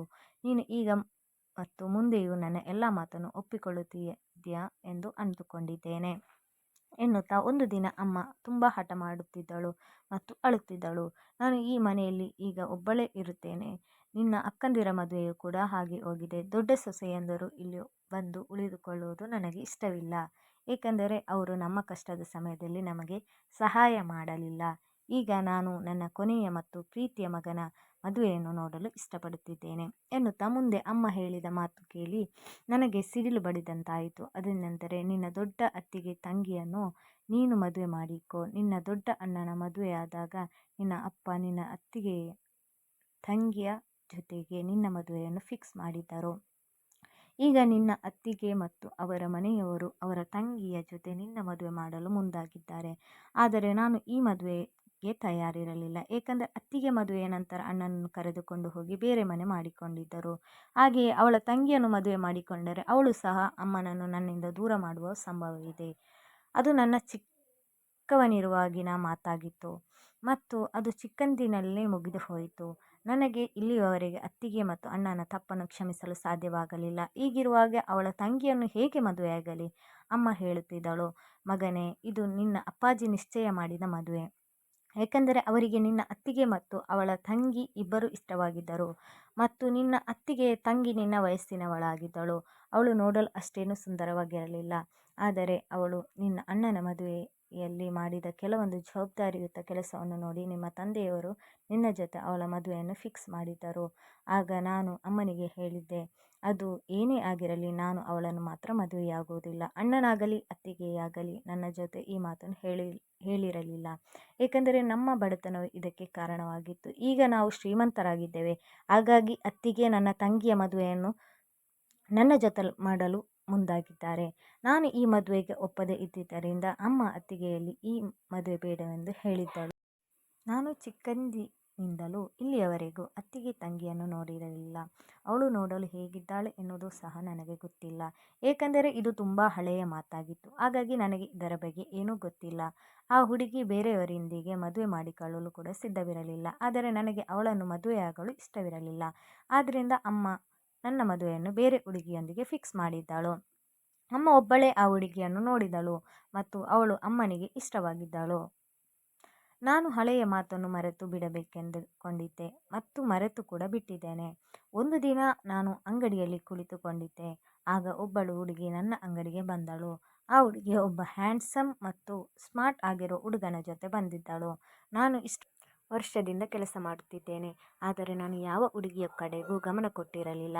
ಆದರೆ ನನಗೆ ಈ ಹುಡುಗಿಯನ್ನು ನೋಡುತ್ತಲೇ ಇರಬೇಕೆನಿಸಿತು. ನನ್ನ ದೃಷ್ಟಿ ಅವಳ ಮೇಲಿಂದ ಕದಲಿಲ್ಲ. ಅವಳ ಜೊತೆಗಿದ್ದ ಹುಡುಗ ಹೇಳಿದ, ನಾವು ನಿಮ್ಮ ಹತ್ತಿರ ಜ್ಯುವೆಲರಿಗೆ ಆರ್ಡರ್ ಕೊಡಲು ಬಂದಿದ್ದೇವೆ. ಆದರೂ ನನಗೇಕೆ ಅವಳ ಮೇಲಿನ ದೃಷ್ಟಿ ತೆಗೆಯಲು ಸಾಧ್ಯವಾಗುತ್ತಿಲ್ಲವೆಂದು ಗೊತ್ತಾಗಲಿಲ್ಲ. ಆ ಹುಡುಗ ಹೇಳಿದನು, ಇವಳು ನನ್ನ ಹೆಂಡತಿಯಾಗುವ ಹುಡುಗಿ. ನಾವು ನಿಮಗೆ ಒಂದು ಡಿಸೈನ್ ತೋರಿಸಬೇಕೆಂದು ಕೊಂಡಿದ್ದೇವೆ. ಅದೇ ರೀತಿಯ ಡಿಸೈನ್ ಜ್ಯುವೆಲರಿಯನ್ನು ನೀವು ನಮಗೆ ತಯಾರಿಸಿಕೊಡಬೇಕು. ಆ ಹುಡುಗಿ ನನಗೆ ಮೊಬೈಲ್ ತೋರಿಸಿ ಈ ರೀತಿಯ ಡಿಸೈನ್ ಜ್ಯುವೆಲರಿ ನನಗೆ ಬೇಕು ಎಂದು ಹೇಳಿದಳು.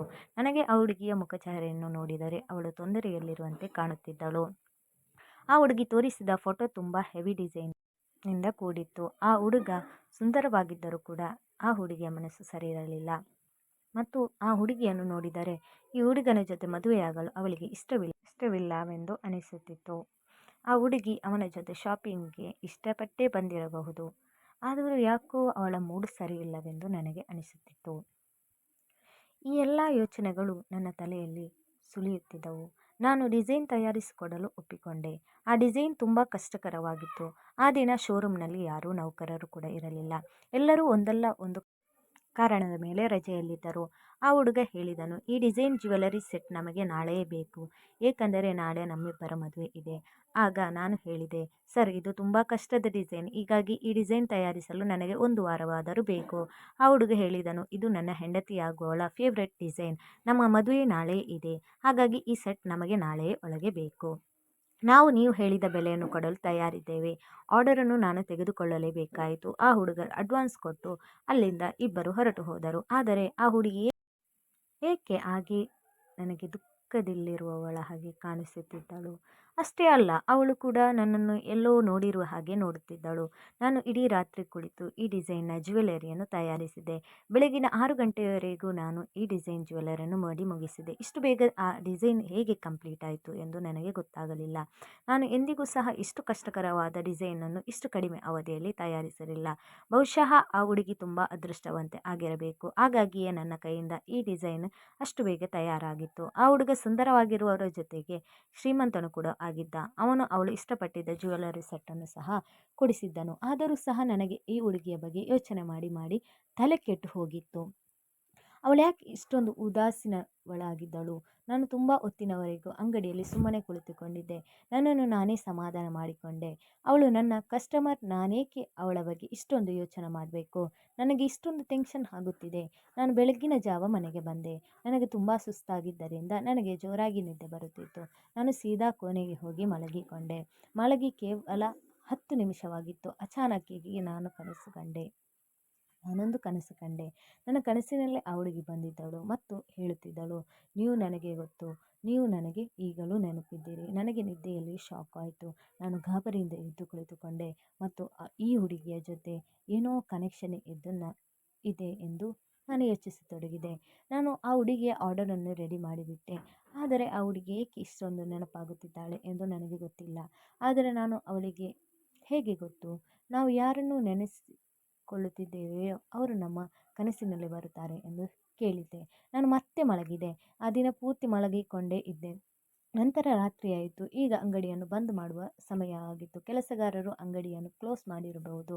ಇದನ್ನೆಲ್ಲ ಯೋಚನೆ ಮಾಡುತ್ತಾ ಮನೆಯಲ್ಲಿ ಕುಳಿತುಕೊಂಡಿದ್ದೆ. ಮಾರನೇ ದಿನ ಬೆಳಿಗ್ಗೆ ಅಂಗಡಿಗೆ ಹೋದೆ. ದಿನಪೂರ್ತಿ ಆ ಹುಡುಗಿ ಬರುವುದನ್ನೇ ಕಾಯುತ್ತಿದ್ದೆ. ಇಂದು ಆ ಹುಡುಗಿ ಆ ಹುಡುಗನ ಜೊತೆ ಜ್ಯುವೆಲರಿ ಸೆಟ್ಟನ್ನು ತೆಗೆದುಕೊಂಡು ಹೋಗಲು ಖಂಡಿತವಾಗಿ ಬರುತ್ತಾಳೆ. ಏಕೆಂದರೆ ಆ ಹುಡುಗ ಹೇಳಿದ್ದನು, ಇಂದು ನಮ್ಮ ಮದುವೆ ಇದೆ ಎಂದು. ದಿನವಿಡೀ ನಾನು ಅವರಿಗಾಗಿ ಕಾಯುತ್ತಿದ್ದೆ, ಆದರೆ ಯಾರೂ ಬರಲಿಲ್ಲ. ಅವರು ಜ್ಯುವೆಲರಿ ಸೆಟ್ಟನ್ನು ತೆಗೆದುಕೊಂಡು ಹೋಗಲು ಬರದೇ ಇರುವುದಕ್ಕೆ ಕಾರಣವೇನು? ಹೀಗೆ 2-3 ದಿನಗಳು ಕಳೆದು ಹೋದವು. ಆದರೆ ಜ್ಯುವೆಲರಿ ಸೆಟ್ ತೆಗೆದುಕೊಂಡು ಹೋಗಲು ಯಾರೂ ಕೂಡ ಬರಲಿಲ್ಲ. ಹೀಗೆ ದಿನಗಳು ಕಳೆದು ಹೋದವು. ಈಗಲೂ ಆ ಜ್ಯುವೆಲರಿ ಸೆಟ್ ಹಾಗೆಯೇ ಇಟ್ಟಿದ್ದೆ. ಹತ್ತಿರ 3 ತಿಂಗಳು ಕಳೆದು ಹೋದವು. ನಮ್ಮ ಮನೆಯಲ್ಲಿ ನನ್ನ ಮದುವೆ ತಯಾರಿಯು ನಡೆಯುತ್ತಿತ್ತು. ಅಮ್ಮ ನನಗೆ ಬೇಗನೆ ಮದುವೆ ಮಾಡಬೇಕೆಂದುಕೊಂಡಿದ್ದಳು. ನನ್ನ ಮದುವೆ ಫಿಕ್ಸ್ ಆಗಿದ್ದು ಆ ಹುಡುಗಿಯ ಮನೆಯವರು ಬೇಗ ಮದುವೆ ಮಾಡಬೇಕೆಂದು ಒತ್ತಾಯಿಸುತ್ತಿದ್ದರು ಮತ್ತು ಮದುವೆ ಮುಂದಕ್ಕೆ ಹಾಕಲು ಯಾವುದೇ ಕಾರಣವೂ ಇರಲಿಲ್ಲ. ಹಾಗಾಗಿ ನಾನು ಮದುವೆ ಬೇಡವೆಂದು ಹೇಳಲಿಲ್ಲ. ಹುಡುಗಿಯ ಮನೆಯವರು ಮದುವೆಯ ದಿನಾಂಕವನ್ನು ಗೊತ್ತು ಮಾಡಿದ್ದರು. ಅಮ್ಮ ಮದುವೆಗೆ ಎಲ್ಲ ಸಂಬಂಧಿಕರನ್ನು ಕರೆಯಬೇಕೆಂದುಕೊಂಡಿದ್ದರು. ನಾನು ಎಲ್ಲವನ್ನು ಅಮ್ಮನಿಗೆ ಬಿಟ್ಟಿದ್ದೆ. ಅಕ್ಕಂದಿರ ಮದುವೆಯನ್ನು ನಾವು ತುಂಬ ಸಿಂಪಲ್ ಆಗಿ ಮಾಡಿದ್ದೆವು. ಆದರೆ ನನ್ನ ಮದುವೆಯನ್ನು ಅಮ್ಮ ಅದ್ದೂರಿಯಾಗಿ ಮಾಡಬೇಕೆಂದುಕೊಂಡಿದ್ದರು. ಹೀಗಾಗಿ ಎಲ್ಲ ಸಂಬಂಧಿಕರನ್ನು ಇನ್ವೈಟ್ ಮಾಡಬೇಕೆಂದುಕೊಂಡಿದ್ದಳು. ಅಣ್ಣ ಅತ್ತಿಗೆಯರು ಕೂಡ ಮದುವೆಗೆ 1 ತಿಂಗಳು ಮೊದಲೇ ನಮ್ಮ ಮನೆಗೆ ಬಂದಿದ್ದರು. ಆದರೆ ದೊಡ್ಡ ಅತ್ತಿಗೆಯ ಮನಸ್ಸು ಸರಿ ಇರಲಿಲ್ಲ ಎಂದು ಅನಿಸುತ್ತಿತ್ತು. ಅಣ್ಣ ಅತ್ತಿಗೆಯರು ಬಂದಿದ್ದರಿಂದ ಅಮ್ಮ ಖುಷಿಯಾಗಿದ್ದಳು. ಹೀಗಾಗಿ ನಾನು ಸುಮ್ಮನೆ ಇದ್ದೆ. ಏಕೆಂದರೆ ನನಗೆ ಅಮ್ಮನ ಖುಷಿಯನ್ನು ಹಾಳು ಮಾಡಲು ಇಷ್ಟವಿರಲಿಲ್ಲ. ಆದರೆ ಅಮ್ಮನ ಒಂದು ಮಾತು ನನಗೆ ಆಶ್ಚರ್ಯ ತಂದಿತು. ಅಮ್ಮ ಹೇಳಿದಳು, ದೊಡ್ಡ ಅತ್ತಿಗೆಯ ತವರು ಮನೆಗೆ ಇನ್ವಿಟೇಷನ್ ಕಾರ್ಡ್ ಕೊಡಲು ನೀನು ನನ್ನ ಜೊತೆ ಬರಬೇಕು. ಏಕೆಂದರೆ ನೀನು ಚಿಕ್ಕವನಿರುವಾಗ ಅವರ ಮಗಳ ಜೊತೆಗೆ ನಿನ್ನ ಮದುವೆಯನ್ನು ಫಿಕ್ಸ್ ಮಾಡಿದ್ದೆವು. ಆದರೆ ಈಗ ಅದನ್ನು ಮುರಿದು ಹಾಕಿದೆವು. ಅವರಿಗೆ ನಮ್ಮ ಮೇಲೆ ಬೇಸರವಿರಬಹುದು. ಅವರ ಮನೆಗೆ ಹೋದರೆ ನಮ್ಮ ಮೇಲಿನ ಬೇಸರ ಕಡಿಮೆಯಾಗಬಹುದು. ಆದರೆ ಅಮ್ಮನ ಜೊತೆ ಹೋಗಲು ನನಗೆ ಇಷ್ಟವಿರಲಿಲ್ಲ. ಹಾಗಾಗಿ ನಾನು ಅಮ್ಮನಿಗೆ ಹೇಳಿದೆ, ನೀನು ಅತ್ತಿಗೆಯನ್ನು ಕರೆದುಕೊಂಡು ಹೋಗು ಎಂದು. ಯಾವುದೇ ಪರಿಸ್ಥಿತಿಯಲ್ಲೂ ಅವರ ಮನೆಗೆ ಹೋಗಲು ನನಗೆ ಇಷ್ಟವಿರಲಿಲ್ಲ. ಏಕೆಂದರೆ ನಾನು ನನ್ನ 2 ಅಣ್ಣಂದಿರು ಮತ್ತು ಅತ್ತಿಗೆಯಂದಿರಿಗೆ ಮಾತಾಡುತ್ತಿರಲಿಲ್ಲ. ನಾನು ಬರಲು ಒಪ್ಪದೇ ಇದ್ದುದರಿಂದ ಅಮ್ಮ ಮತ್ತು ಅತ್ತಿಗೆ ಇನ್ವಿಟೇಷನ್ ಕಾರ್ಡ್ ಕೊಡಲು ಹೋದರು. ಅತ್ತಿಗೆಯ ತವರು ಮನೆಯವರು ಖುಷಿಯಿಂದ ಇನ್ವಿಟೇಷನ್ ಕಾರ್ಡನ್ನು ತೆಗೆದುಕೊಂಡರಂತೆ. ಪರಿಸ್ಥಿತಿ ಬದಲಾಗುತ್ತಿದ್ದಂತೆ ಸಂಬಂಧಿಕರು ಬದಲಾಗುತ್ತಾರೆ ಎಂದು ನನಗೆ ಅನಿಸಿತು. ನಮ್ಮ ಪೂರ್ತಿ ಮನೆಯು ಮದುವೆಗೆ ಸಿಂಗಾರಗೊಂಡಿತ್ತು. ಅಕ್ಕಂದಿರು ಸಹ ನನ್ನ ಮದುವೆಯಿಂದ ತುಂಬ ಖುಷಿಯಾಗಿದ್ದರು. ಸಂಬಂಧಿಕರು ಬಂದು ಹೋಗುವುದು ಮಾಡುತ್ತಿದ್ದರು. ನಾನು ದಿನದ ಹೆಚ್ಚು ಸಮಯವನ್ನು ಅಂಗಡಿಯಲ್ಲಿ ಕಳೆಯುತ್ತಿದ್ದೆ ಮತ್ತು ರಾತ್ರಿಯೇ ಮನೆಗೆ ಬರುತ್ತಿದ್ದೆ. ಮದುವೆ ಸೀಸನ್ ಆಗಿದ್ದರಿಂದ ಅಂಗಡಿಯಲ್ಲಿ ತುಂಬ ಜನ ಸೇರುತ್ತಿದ್ದರು. ನಾನು ಅಚಾನಕ್ಕಾಗಿ ಯಾವುದೋ ಕೆಲಸದ ಮೇಲೆ ಮನೆಗೆ ಬರಬೇಕಾಗಿ ಬಂತು. ಮನೆಗೆ ಬಂದಾಗ ನಮ್ಮ ಮನೆಯಲ್ಲಿ ಹುಡುಗಿಯರ ಗುಂಪೇ ಕುಳಿತುಕೊಂಡಿತ್ತು. ಅವರೆಲ್ಲರೂ ಅಕ್ಕಂದಿರ ಫ್ರೆಂಡ್ಸ್ ಮತ್ತು ಅವರ ತಂಗಿಯರಾಗಿದ್ದರು. ಅಕ್ಕಂದಿರು ಅವರ ಫ್ರೆಂಡ್ಸನ್ನು ಕರೆದಿದ್ದರು ಮತ್ತು ಮನೆಯ ಹತ್ತಿರವಿರುವ ಎಲ್ಲ ಹುಡುಗಿಯರು ಬಂದಿದ್ದರು. ನನ್ನನ್ನು ನೋಡಿ ಎಲ್ಲರೂ ಕಂಗ್ರಾಟ್ಸ್ ಹೇಳಿದರು. ನನ್ನ ದೃಷ್ಟಿ ಅಲ್ಲಿದ್ದ ಒಂದು ಹುಡುಗಿಯ ಮೇಲೆ ಬಿತ್ತು. ಅವಳು ಒಂದು ಮೂಲೆಯಲ್ಲಿ ಕುಳಿತುಕೊಂಡಿದ್ದಳು ಮತ್ತು ಅವಳು ತುಂಬ ಮೌನವಾಗಿದ್ದಳು. ಮೊದಲು ನನ್ನ ಗಮನ ಅವಳ ಕಡೆ ಹೋಗಲಿಲ್ಲ. ಆದರೆ ನನ್ನ ದೊಡ್ಡ ಅಕ್ಕ ಹುಡುಗಿಯನ್ನು ಕರೆದು ಬಂದಾಗಿನಿಂದಲೂ ನೀನು ಒಬ್ಬಳೇ ಕುಳಿತುಕೊಂಡಿರುವೆ, ಬಂದು ನಮ್ಮ ಜೊತೆ ಎಂಜಾಯ್ ಮಾಡು ಎಂದು ಹೇಳಿದಳು. ಆಗ ನನ್ನ ದೃಷ್ಟಿ ಆ ಹುಡುಗಿಯ ಕಡೆ ಹೋಯಿತು. ನಾನು ಆ ಹುಡುಗಿಯನ್ನು ಗಮನವಿಟ್ಟು ನೋಡಿದೆ. ಅವಳನ್ನು ನೋಡುತ್ತಿದ್ದ ಹಾಗೆ ನನ್ನ ಉಸಿರು ನಿಂತು ಹೋದ ಹಾಗೆ ಆಯಿತು. ಏಕೆಂದರೆ ಅವಳೇ ಹುಡುಗಿಯಾಗಿದ್ದಳು. ನಮ್ಮ ಅಂಗಡಿಯಲ್ಲಿ ಜ್ಯುವೆಲರಿ ಸೆಟ್ಟನ್ನು ಆರ್ಡರ್ ಮಾಡಿದ ಹುಡುಗಿಯಾಗಿದ್ದಳು. ಆದರೆ ಇಲ್ಲಿಯವರೆಗೂ ಆ ಸೆಟ್ಟನ್ನು ತೆಗೆದುಕೊಂಡು ಹೋಗಿರಲಿಲ್ಲ. ತುಂಬ ದಿನಗಳವರೆಗೆ ಆ ಹುಡುಗಿಯ ಬಾಡಿದ ಮುಖಚಹರೆ ನನ್ನ ನೆನಪಿನಿಂದ ಹೋಗಿರಲಿಲ್ಲ. ಇದನ್ನೆಲ್ಲ ಯೋಚನೆ ಮಾಡುತ್ತಾ ನಾನು ಅವಳನ್ನೇ ನೋಡುತ್ತಿದ್ದೆ. ಆ ಹುಡುಗಿಯೂ ಸಹ ಅಕಸ್ಮಾತ್ತಾಗಿ ನನ್ನನ್ನು ನೋಡಿದಳು. ನನಗೆ ಅನಿಸುತ್ತಿತ್ತು ಆ ಹುಡುಗಿ ನನ್ನನ್ನು ಇಗ್ನೋರ್ ಮಾಡಲು ಪ್ರಯತ್ನಿಸಿದ್ದಾಳೆ ಎಂದು.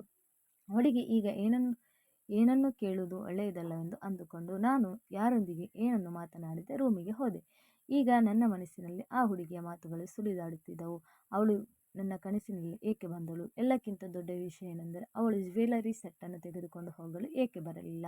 ಅವಳು ಸ್ಪೆಷಲ್ ಆಗಿ ತಾನು ಇಷ್ಟಪಟ್ಟು ಜ್ಯುವೆಲರಿ ಸೆಟ್ಟನ್ನು ತಯಾರಿಸಿಕೊಂಡಿದ್ದಳು ಮತ್ತು ಅದನ್ನು ತನ್ನ ಮದುವೆಯಲ್ಲಿ ಹಾಕಿಕೊಳ್ಳಬೇಕೆಂದುಕೊಂಡಿದ್ದಳು ಮತ್ತು ಅವಳು ಮದುವೆಯಾಗುವ ಹುಡುಗನು ನನಗೆ ಅಡ್ವಾನ್ಸ್ ಹಣವನ್ನು ಕೊಟ್ಟಿದ್ದನು.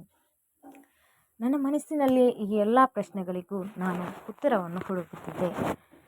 ಅವರು ಬೇರೆ ಯಾರ ಹತ್ತಿರವಾದರೂ ಜ್ಯುವೆಲರಿ ಸೆಟ್ಟನ್ನು ಮಾಡಿಸಿಕೊಂಡಿರಬಹುದು. ಅವರಿಗೆ ಜ್ಯುವೆಲರಿ ಸೆಟ್ ಅರ್ಜೆಂಟ್ ಇರುವ ಕಾರಣ ನಾನು ಮಾಡಿರುವ ಜ್ಯುವೆಲರಿಗೋಸ್ಕರ ಕಾಯಲಿಲ್ಲ ಎಂದು ಅನಿಸುತ್ತಿದ್ದೆ.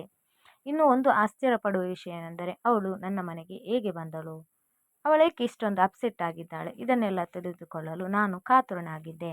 ಅವಳಿಗೂ ನನಗೂ ಏನು ಸಂಬಂಧವಿದೆ? ಅವಳಿಗೋಸ್ಕರ ನಾನೇಕೆ ಇಷ್ಟೊಂದು ಚಟಪಡಿಸುತ್ತಿದ್ದೇನೆ? ತುಂಬ ಸಮಯದಿಂದ ನಾನು ಅವಳ ಜ್ಯುವೆಲರಿ ಸೆಟ್ಟನ್ನು ಕೊಡಲು ಕಾಯುತ್ತಿದ್ದೆ. ಅವಳ ಜ್ಯುವೆಲರಿ ಸೆಟ್ಟನ್ನು ಮನೆಗೆ ತೆಗೆದುಕೊಂಡು ಬಂದಿದ್ದೆ. ಆದರೆ ನನಗೆ ಆ ಹುಡುಗಿಯ ಜೊತೆ ಮಾತನಾಡುವ ಧೈರ್ಯವಿರಲಿಲ್ಲ. ನಾನು ಆ ಹುಡುಗಿಯ ಜೊತೆ ಮಾತನಾಡಬೇಕೆಂದುಕೊಂಡಿದ್ದೆ. ಆದರೆ ಹೇಗೆ ಮಾತಾಡಲಿ? ಮನೆಯಲ್ಲಿ ತುಂಬ ಜನ ಸೇರಿದ್ದಾರೆ. ಅಕಸ್ಮಾತ್ತಾಗಿ ನನಗೆ ಒಂದು ಪರ್ಸ್ನಲ್ ಕಾಲ್ ಬಂತು. ಕಾಲನ್ನು ಅಟೆಂಡ್ ಮಾಡಿ ರೂಮಿಗೆ ಹೋಗಿ ಮಾತನಾಡಿ ಹೊರಗೆ ಬಂದೆ. ಆದರೆ ಆ ಹುಡುಗಿ ನಾಪತ್ತೆಯಾಗಿದ್ದಳು. ಮನೆಯಲ್ಲಿ ಅವಳು ಎಲ್ಲಿಯೂ ಕಣ್ಣಿಗೆ ಕಾಣಿಸಲಿಲ್ಲ. ಅವಳು ಎಲ್ಲಿ ನಾಪತ್ತೆಯಾದಳು ತಿಳಿಯಲಿಲ್ಲ. ನನ್ನ ಮದುವೆಗೆ ಇನ್ನೂ 3 ದಿನಗಳು ಬಾಕಿ ಇದ್ದವು. ಈಗ ಹಾಡು ಹೇಳುವ ಫಂಕ್ಷನ್ ನಡೆಯುತ್ತಿತ್ತು. ಅಕ್ಕಂದಿರು ಮತ್ತು ಅತ್ತಿಗೆಯರು ಎಲ್ಲ ಹುಡುಗಿಯರು ಮತ್ತು ಹೆಂಗಸರನ್ನು ಕರೆದು ಹಾಡು ಡ್ಯಾನ್ಸ್ ಮಾಡುತ್ತಿದ್ದರು. ಆ ಹುಡುಗಿಯೂ ಕೂಡ ನಮ್ಮ ಮನೆಗೆ ಬಂದರೆ ಹೇಗಾದರೂ ಮಾಡಿ ಅವಳಿಗೆ ಜ್ಯುವೆಲರಿ ಸೆಟ್ಟನ್ನು ಕೊಡಬೇಕೆಂದುಕೊಂಡಿದ್ದೆ. ಏಕೆಂದರೆ ನನಗೆ ಅವರು ಅಡ್ವಾನ್ಸ್ ಹಣವನ್ನು ಕೊಟ್ಟಿದ್ದರು. ಹಾಗಾಗಿ ನಾನು ಅದನ್ನು ಇಟ್ಟುಕೊಳ್ಳಲು ಬಯಸಲಿಲ್ಲ. ಮಾರನೇ ದಿನ ನಾನು ಬೇಗನೆ ಅಂಗಡಿಯಿಂದ ಮನೆಗೆ ಬಂದೆ. ಮನೆಯಲ್ಲಿ ಹಾಡು ಹೇಳುವ ಕಾರ್ಯಕ್ರಮ ನಡೆಯುತ್ತಿತ್ತು ಮತ್ತು ಕೆಲವರು ಡ್ಯಾನ್ಸ್ ಮಾಡುತ್ತಿದ್ದರು. ನಾನು ಎಲ್ಲ ಹುಡುಗಿಯರನ್ನು ಒಮ್ಮೆ ನೋಡಿದೆ. ಆದರೆ ಆ ಹುಡುಗಿ ಎಲ್ಲಿಯೂ ಕಾಣಿಸಲಿಲ್ಲ. ಆ ಹುಡುಗಿಯ ಬಗ್ಗೆ ಕೇಳಲು ದೊಡ್ಡಕ್ಕನನ್ನು ಹುಡುಕುತ್ತಿದ್ದೆ. ಆಗ ನನಗೆ ಅಮ್ಮ ಕಾಣಿಸಿದಳು. ನಾನು ಅಮ್ಮನಿಗೆ ಹೇಳಿದೆ, ನಾನು ದೊಡ್ಡ ಅಕ್ಕನ ಹತ್ತಿರ ಮಾತನಾಡಬೇಕು. ಅಕ್ಕ ಎಲ್ಲೂ ಕಾಣಿಸುತ್ತಿಲ್ಲ ಎಂದೆ. ಮನೆಯಲ್ಲಿ ಎಷ್ಟು ಗದ್ದಲವಿತ್ತೆಂದರೆ ನಾನು ಮಾತನಾಡುತ್ತಿರುವುದು ಯಾರಿಗೂ ಕೇಳಿಸುತ್ತಿರಲಿಲ್ಲ. ನಾನು ಮತ್ತೆ ಅಕ್ಕನನ್ನು ಹುಡುಕತೊಡಗಿದೆ. ಅಕ್ಕ ಎಲ್ಲಿಯೂ ಕಾಣಿಸಲಿಲ್ಲ. ಕೋಣೆಯಲ್ಲಿ ಸ್ವಲ್ಪ ಕೆಲಸ ಇರುವುದು ನೆನಪಾಯಿತು. ಆದ್ದರಿಂದ ಕೋಣೆಗೆ ಹೋಗಿ ಆ ಜ್ಯುವೆಲರಿ ಸೆಟ್ಟನ್ನು ಒಂದು ಬ್ಯಾಗಿನಲ್ಲಿ ಹಾಕಿಕೊಳ್ಳಬೇಕೆಂದು ಯೋಚಿಸುತ್ತಿದ್ದೆ ಮತ್ತು ಅಕ್ಕನಿಗೆ ಹೇಳಿ ಅವಳ ಕೈಯಿಂದಲೇ ಆ ಹುಡುಗಿಗೆ ಕೊಡಲು ತಿಳಿಸಬೇಕೆಂದುಕೊಂಡಿದ್ದೆ. ಜ್ಯುವೆಲರಿ ಸೆಟ್ನ ಬ್ಯಾಗನ್ನು ಕೈಗೆತ್ತಿಕೊಂಡು ಕೋಣೆಯಿಂದ ಹೊರಬಂದಾಗ ಅಚಾನಕ್ಕಾಗಿ ಚಿಕ್ಕ ಅತ್ತಿಗೆ ಓಡುತ್ತಾ ಬಂದಳು ಮತ್ತು ನನ್ನ ಕೈಯಿಂದ ಬ್ಯಾಗನ್ನು ಕಿತ್ತುಕೊಂಡಳು. ಅತ್ತಿಗೆಗೆ ಬ್ಯಾಗನ್ನು ಕೊಡುವಂತೆ ಕೇಳಿಕೊಂಡೆ. ಆದರೆ ಅತ್ತಿಗೆ ಬಲವಂತಾಗಿ ಆ ಬ್ಯಾಗನ್ನು ಓಪನ್ ಮಾಡುತ್ತಿದ್ದರು. ನೀನು ನಿನ್ನ ಹೆಂಡತಿಗೋಸ್ಕರ ಏನನ್ನು ತೆಗೆದುಕೊಂಡು ಬಂದಿರುವೆ ಎಂದು ಕೇಳುತ್ತಿದ್ದರು. ನಾನು ಚಿಕ್ಕ ಅತ್ತಿಗೆ ಮತ್ತು ದೊಡ್ಡ ಅತ್ತಿಗೆ ಹತ್ತಿರ ಹೆಚ್ಚು ಮಾತನಾಡುತ್ತಿರಲಿಲ್ಲ. ಆದರೆ ಆ ಜ್ಯುವೆಲರಿ ಸೆಟ್ನ ಬ್ಯಾಗನ್ನು ಓಪನ್ ಮಾಡಬೇಡ ಎಂದು ಹೇಳುವುದು ಅವಶ್ಯಕವಾಗಿತ್ತು. ನಾನು ಒಂದೇ ಸಮನೆ ಅತ್ತಿಗೆಗೆ ಹೇಳುತ್ತಿದ್ದೆ. ಆದರೆ ಅವಳು ನನ್ನ ಮಾತನ್ನು ಕೇಳಿಸಿಕೊಳ್ಳುತ್ತಿರಲಿಲ್ಲ. ಬ್ಯಾಗಿನಲ್ಲಿರುವ ಜ್ಯುವೆಲರಿ ಸೆಟ್ಟನ್ನು ನೋಡಿ ಖುಷಿಪಟ್ಟಳು ಮತ್ತು ನಿನ್ನ ಹೆಂಡತಿಗೋಸ್ಕರ ಚೆನ್ನಾಗಿರುವ ಜ್ಯುವೆಲರಿ ಸೆಟ್ಟನ್ನು ಮಾಡಿಕೊಂಡು ಬಂದಿರುವೆ ಎಂದು ಹೇಳಿದಳು ಮತ್ತು ಪ್ರತಿಯೊಬ್ಬರಿಗೂ ಜ್ಯುವೆಲರಿ ಸೆಟ್ಟನ್ನು ತೋರಿಸತೊಡಗಿದಳು.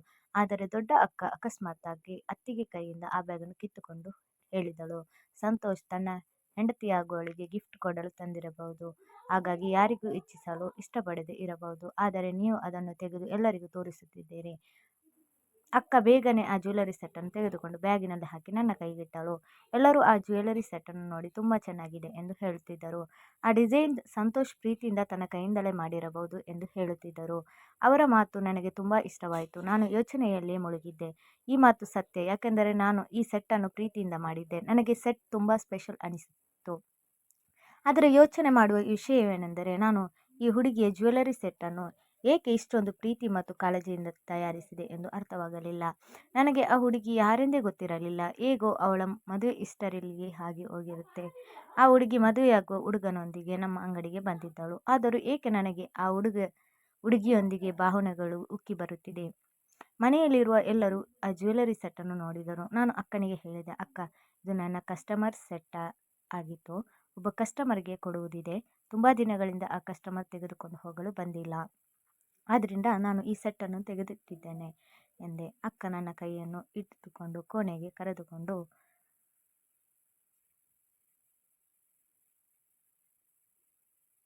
ಹೋಗಿ ಹೇಳಿದಳು, ಸಂತೋಷ, ನೀನು ನನ್ನ ಜೊತೆ ಏನೋ ಪರ್ಸ್ನಲ್ ವಿಷಯ ಮಾತನಾಡುವುದಿದೆ ಅಂತ ಏನದು?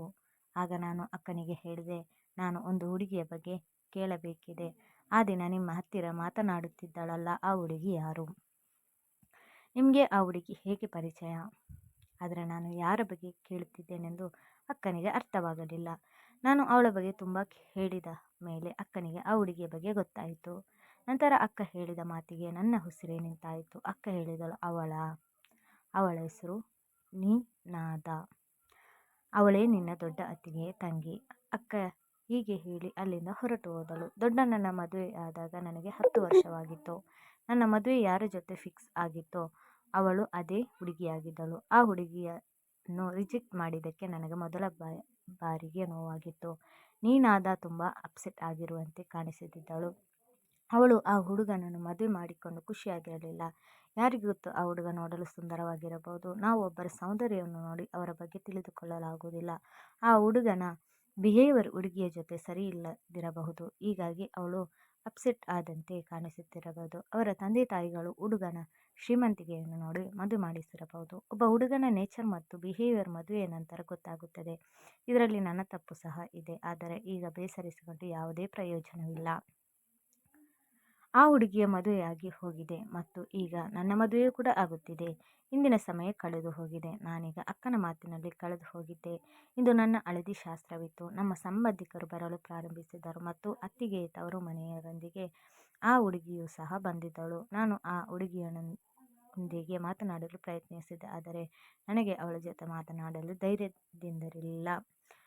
ಆದರೂ ಧೈರ್ಯ ಮಾಡಿ ಅವಳು ಒಬ್ಬಂಟಿಯಾಗಿರುವಾಗ ಅವಳ ಜೊತೆ ಹೋಗಿ ಮಾತಾಡಿದೆ. ನಿಮ್ಮ ಜ್ಯುವೆಲರಿ ಸೆಟ್ ನನ್ನ ಹತ್ರ ಇದೆ. ದಯವಿಟ್ಟು ನನ್ನ ಕೋಣೆಗೆ ಬಂದು ಅದನ್ನು ತೆಗೆದುಕೊಂಡು ಹೋಗಿ.